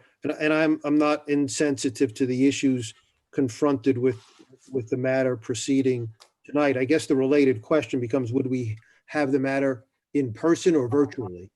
And that's my next comment, is it is my understanding that by the 22nd, we will be doing this in person, which then brings forward the problem of the township calendar for the Warren Craft Room. And I can't check that right now. Well, I'm free on all the dates the attorney mentioned. Okay. So that's one. You got one. Okay. Does anybody else want to? June is better for me. July and August, I can't speak to right now. So June would be my preference. So Mine those as dates well. work for you? What were the dates again? Mine as well. 22nd, 23rd, 29th, and 30th. 22nd. I mean, honestly, I can do them virtually, easier than in person those weeks, those days. I don't think it's going to happen that way. Right. That's not on the menu, Carl. Well, why can't we do a blended meeting? Come on. May I throw No, that doesn't work. May I throw out this date? Because I'm hearing from my witnesses, the best date for us, and it sounds like maybe would be okay for the board, would be June 29th. Works for me. Mr. Zidell, I'm unavailable on June 29th, just for the I'm not record. around either, not in town. Second. I'm I available. I'm available. Dan, Mike, Do we have enough? Obviously, it's a D. Now you're down to 6. I am available the week before the I'm just saying without, right now we're down to 7. If we have, Ms. Janiers can't make the 29th, we have 6. Is there any date? Is there any date during the week of the 22nd that works for everybody? Hey. All dates work for me. Any day of that week is fine for me. Wednesday would be better for me, but I will adapt and conform. That's good. I'm open that week too. Good. Cindy, I can make anything open that week, Eoria. I can do the 24th or the 25th. 25th is better for me. The only date that doesn't work for me is the 26th. The 20 what? That's Jeannie Janiers. It's Friday. 5 is good. Actually, I cannot do the 24th. I'm just looking at my calendar. 24. I can do the 25 is 25th. good then. 25 is good then. 25. 25. We have 7 then on the 25th? 25 is good. Yeah. Wait, who's not available on the 25th? Carl, anyone else not available? But you have another alternate that could attend possibly, right? So Right. yeah. Well, Mr. Breslin's recused, so he can't participate. He's Right, but then the they're all problem hard for me because But I you have have to another travel alternate. back. Yeah. All right, in order to get the alternate to, which would be Mr. Juwana, he would have to be able to view this meeting tonight in order for him to be eligible. What about, one of my witnesses is not available on the 22nd or the 23rd. But I don't know, that's Mr. Stern. He completed his testimony and the public had the opportunity at the first hearing. So just in case, that might be, can we try maybe the 22nd? I don't see a reason to have Mr. Stern available. He was testified at the first hearing and everyone had the full opportunity. So given, I know at least one of the board members who's been here for 2 hearings, but can we shoot for the 22nd? Second works for me. Carl, I can make it work if I have to. is there anyone that can't make it on the 22nd from the board? Gold. If they're virtual, I can do any of them. They're all hard for me They won't until be later in the virtual. summer because I got to come all the way back here. All right. I'm getting a ton of emails and comments from people requesting that we do not engage in this forum again. They're very, If I may, it's not up to us. It's up to the governor. I understand. I'm just telling you 22nd. what's coming my way. And I can totally appreciate that. It's just frustrating for the public. It's equally frustrating for us. So we are trying to make sure that everyone's heard. That's why we're having this conversation now. 22nd sounds like a good date. What The assurance second? is there that things would be open by the 22nd anyway? It is my understanding that I believe the Township Committee has their meeting on the 23rd, and their meeting is going to be held in person. Usually Tuesdays. The 22nd looks good. Okay, the only thing, let me see if hold on one second here. Let me see if I can access the Township calendar. Hold on.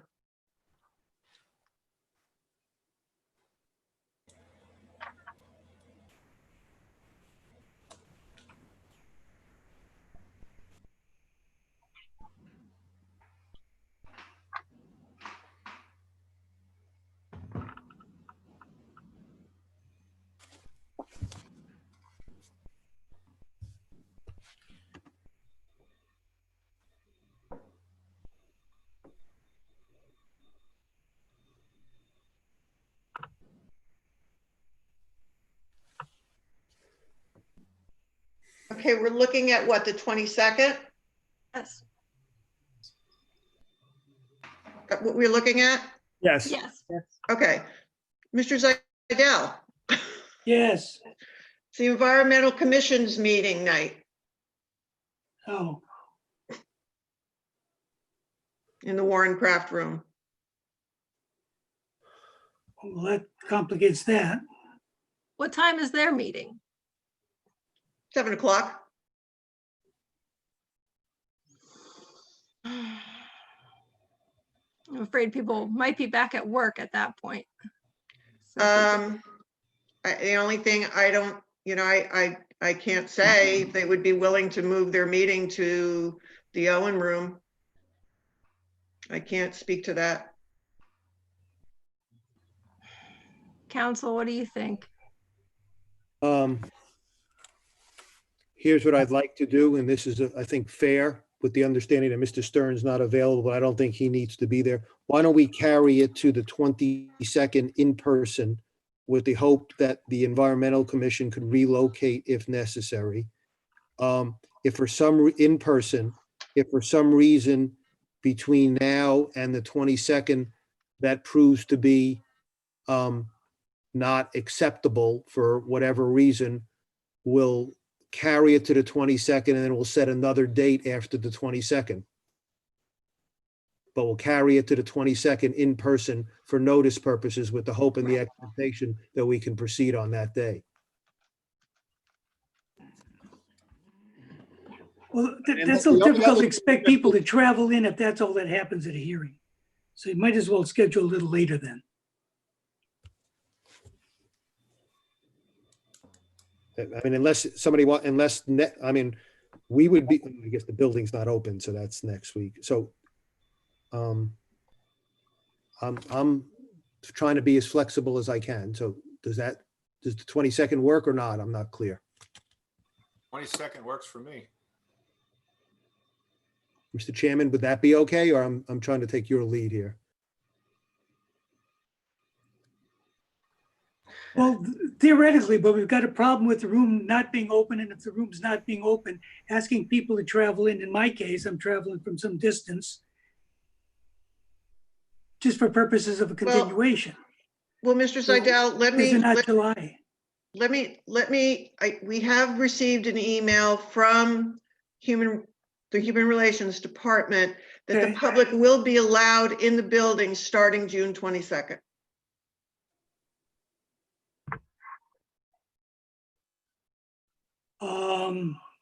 And the 23rd is the Township Committee. Right. And they're planning on having their meeting in person. And the 24th?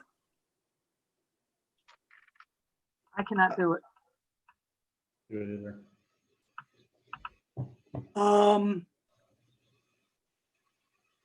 Okay. Then I'd suggest the 22nd. We talk to the Environmental Commission, see if they'll move down to some other room. Is there, if we did have to do a continuation, do we have to do it in person? If the meeting can't happen because we can't get the room.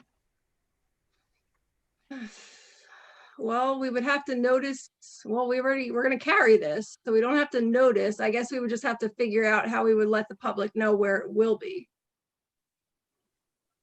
I've got a couple, and the public has been emailing me wanting to know if there are going to be masks required at the meeting when it reopens. I don't think that's something that the board needs to discuss at this very moment, since we can't even figure out what day. I'm just letting you know, my phone is blowing up here, and I'm also. I can imagine. You may want to remind the public why Mr. I'll make sure to Stern bring a mask for you. is not required to come back, because I've got a lot of requests from the public to make sure Mr. Stern comes back. Well, Mr. Stern has already testified, and at the first hearing, we opened for public comments or public questions to him and his testimony, and we got them. Mr. Stern was here again tonight, and I don't think we had any questions for him. So I'm just not sure why he would need to be here again if most of the questions are going to be about EMF or And what have you. Testified and was available at the first public hearing for extensive cross-examination where there were no technical issues. Right. Like the 22nd.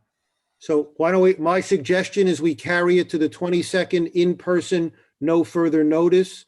The applicant grants an extension of time through that. I extend my personal appreciation to the board and its members for agreeing to schedule the special meeting in person and come in. And I think hopefully that works for everybody. And I think that's fair.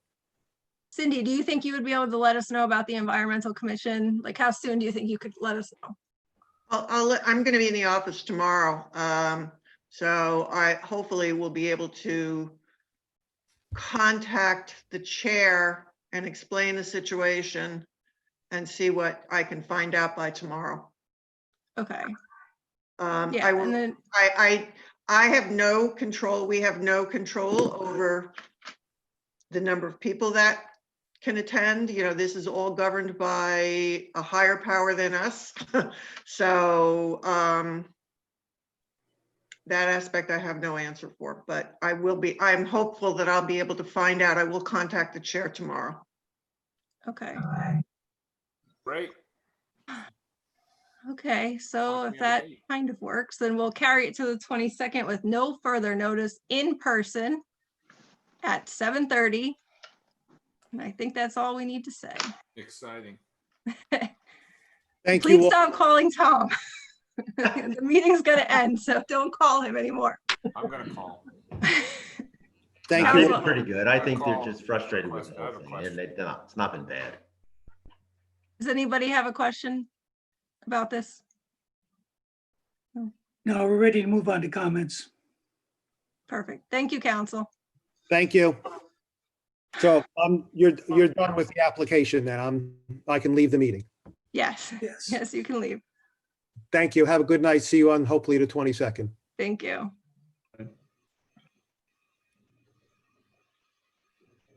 Comments from members? Yeah, Mr. Seidel, Comments? Go ahead. so I assume we'll get full rules of engagement with respect to an in-person meeting. I am mindful that there will be a lot of the community there on our first meeting back in person in that room. So I would just ask, you know, when we're thinking about the rules, how we're going to manage a potential crowd on our first gathering back in person. Well, yes. Cindy, I don't know who you could talk to start that. It's got to be, there's not going to be a room packed full of people. If I'm to be there, there's going to have to be crowd control.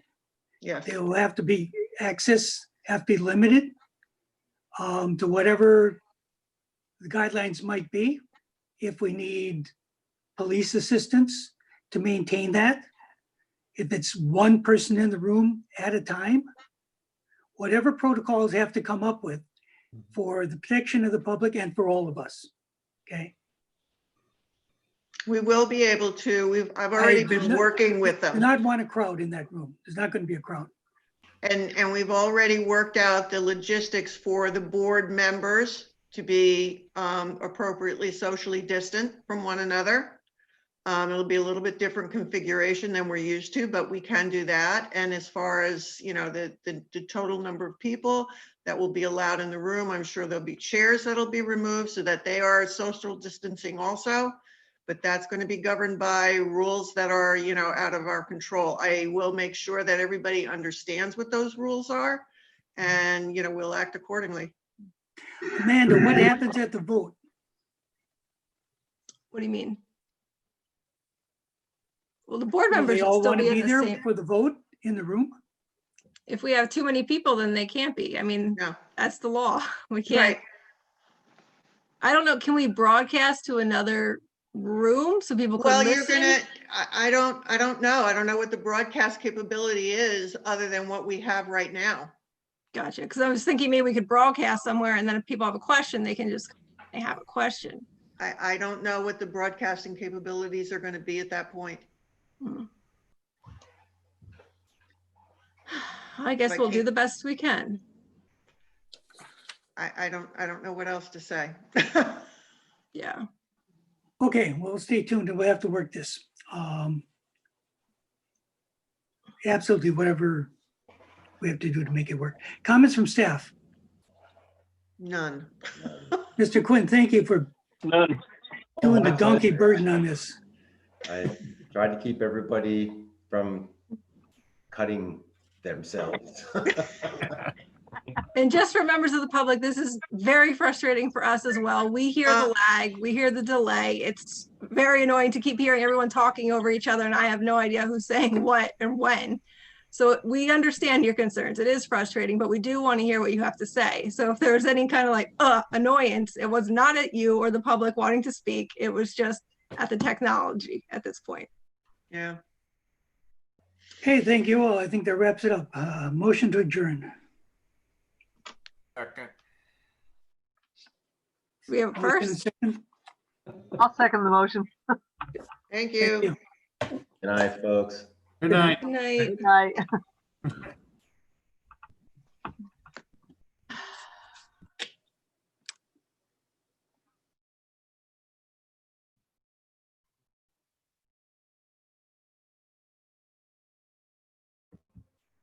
Have a good night, Cindy. I almost fell asleep.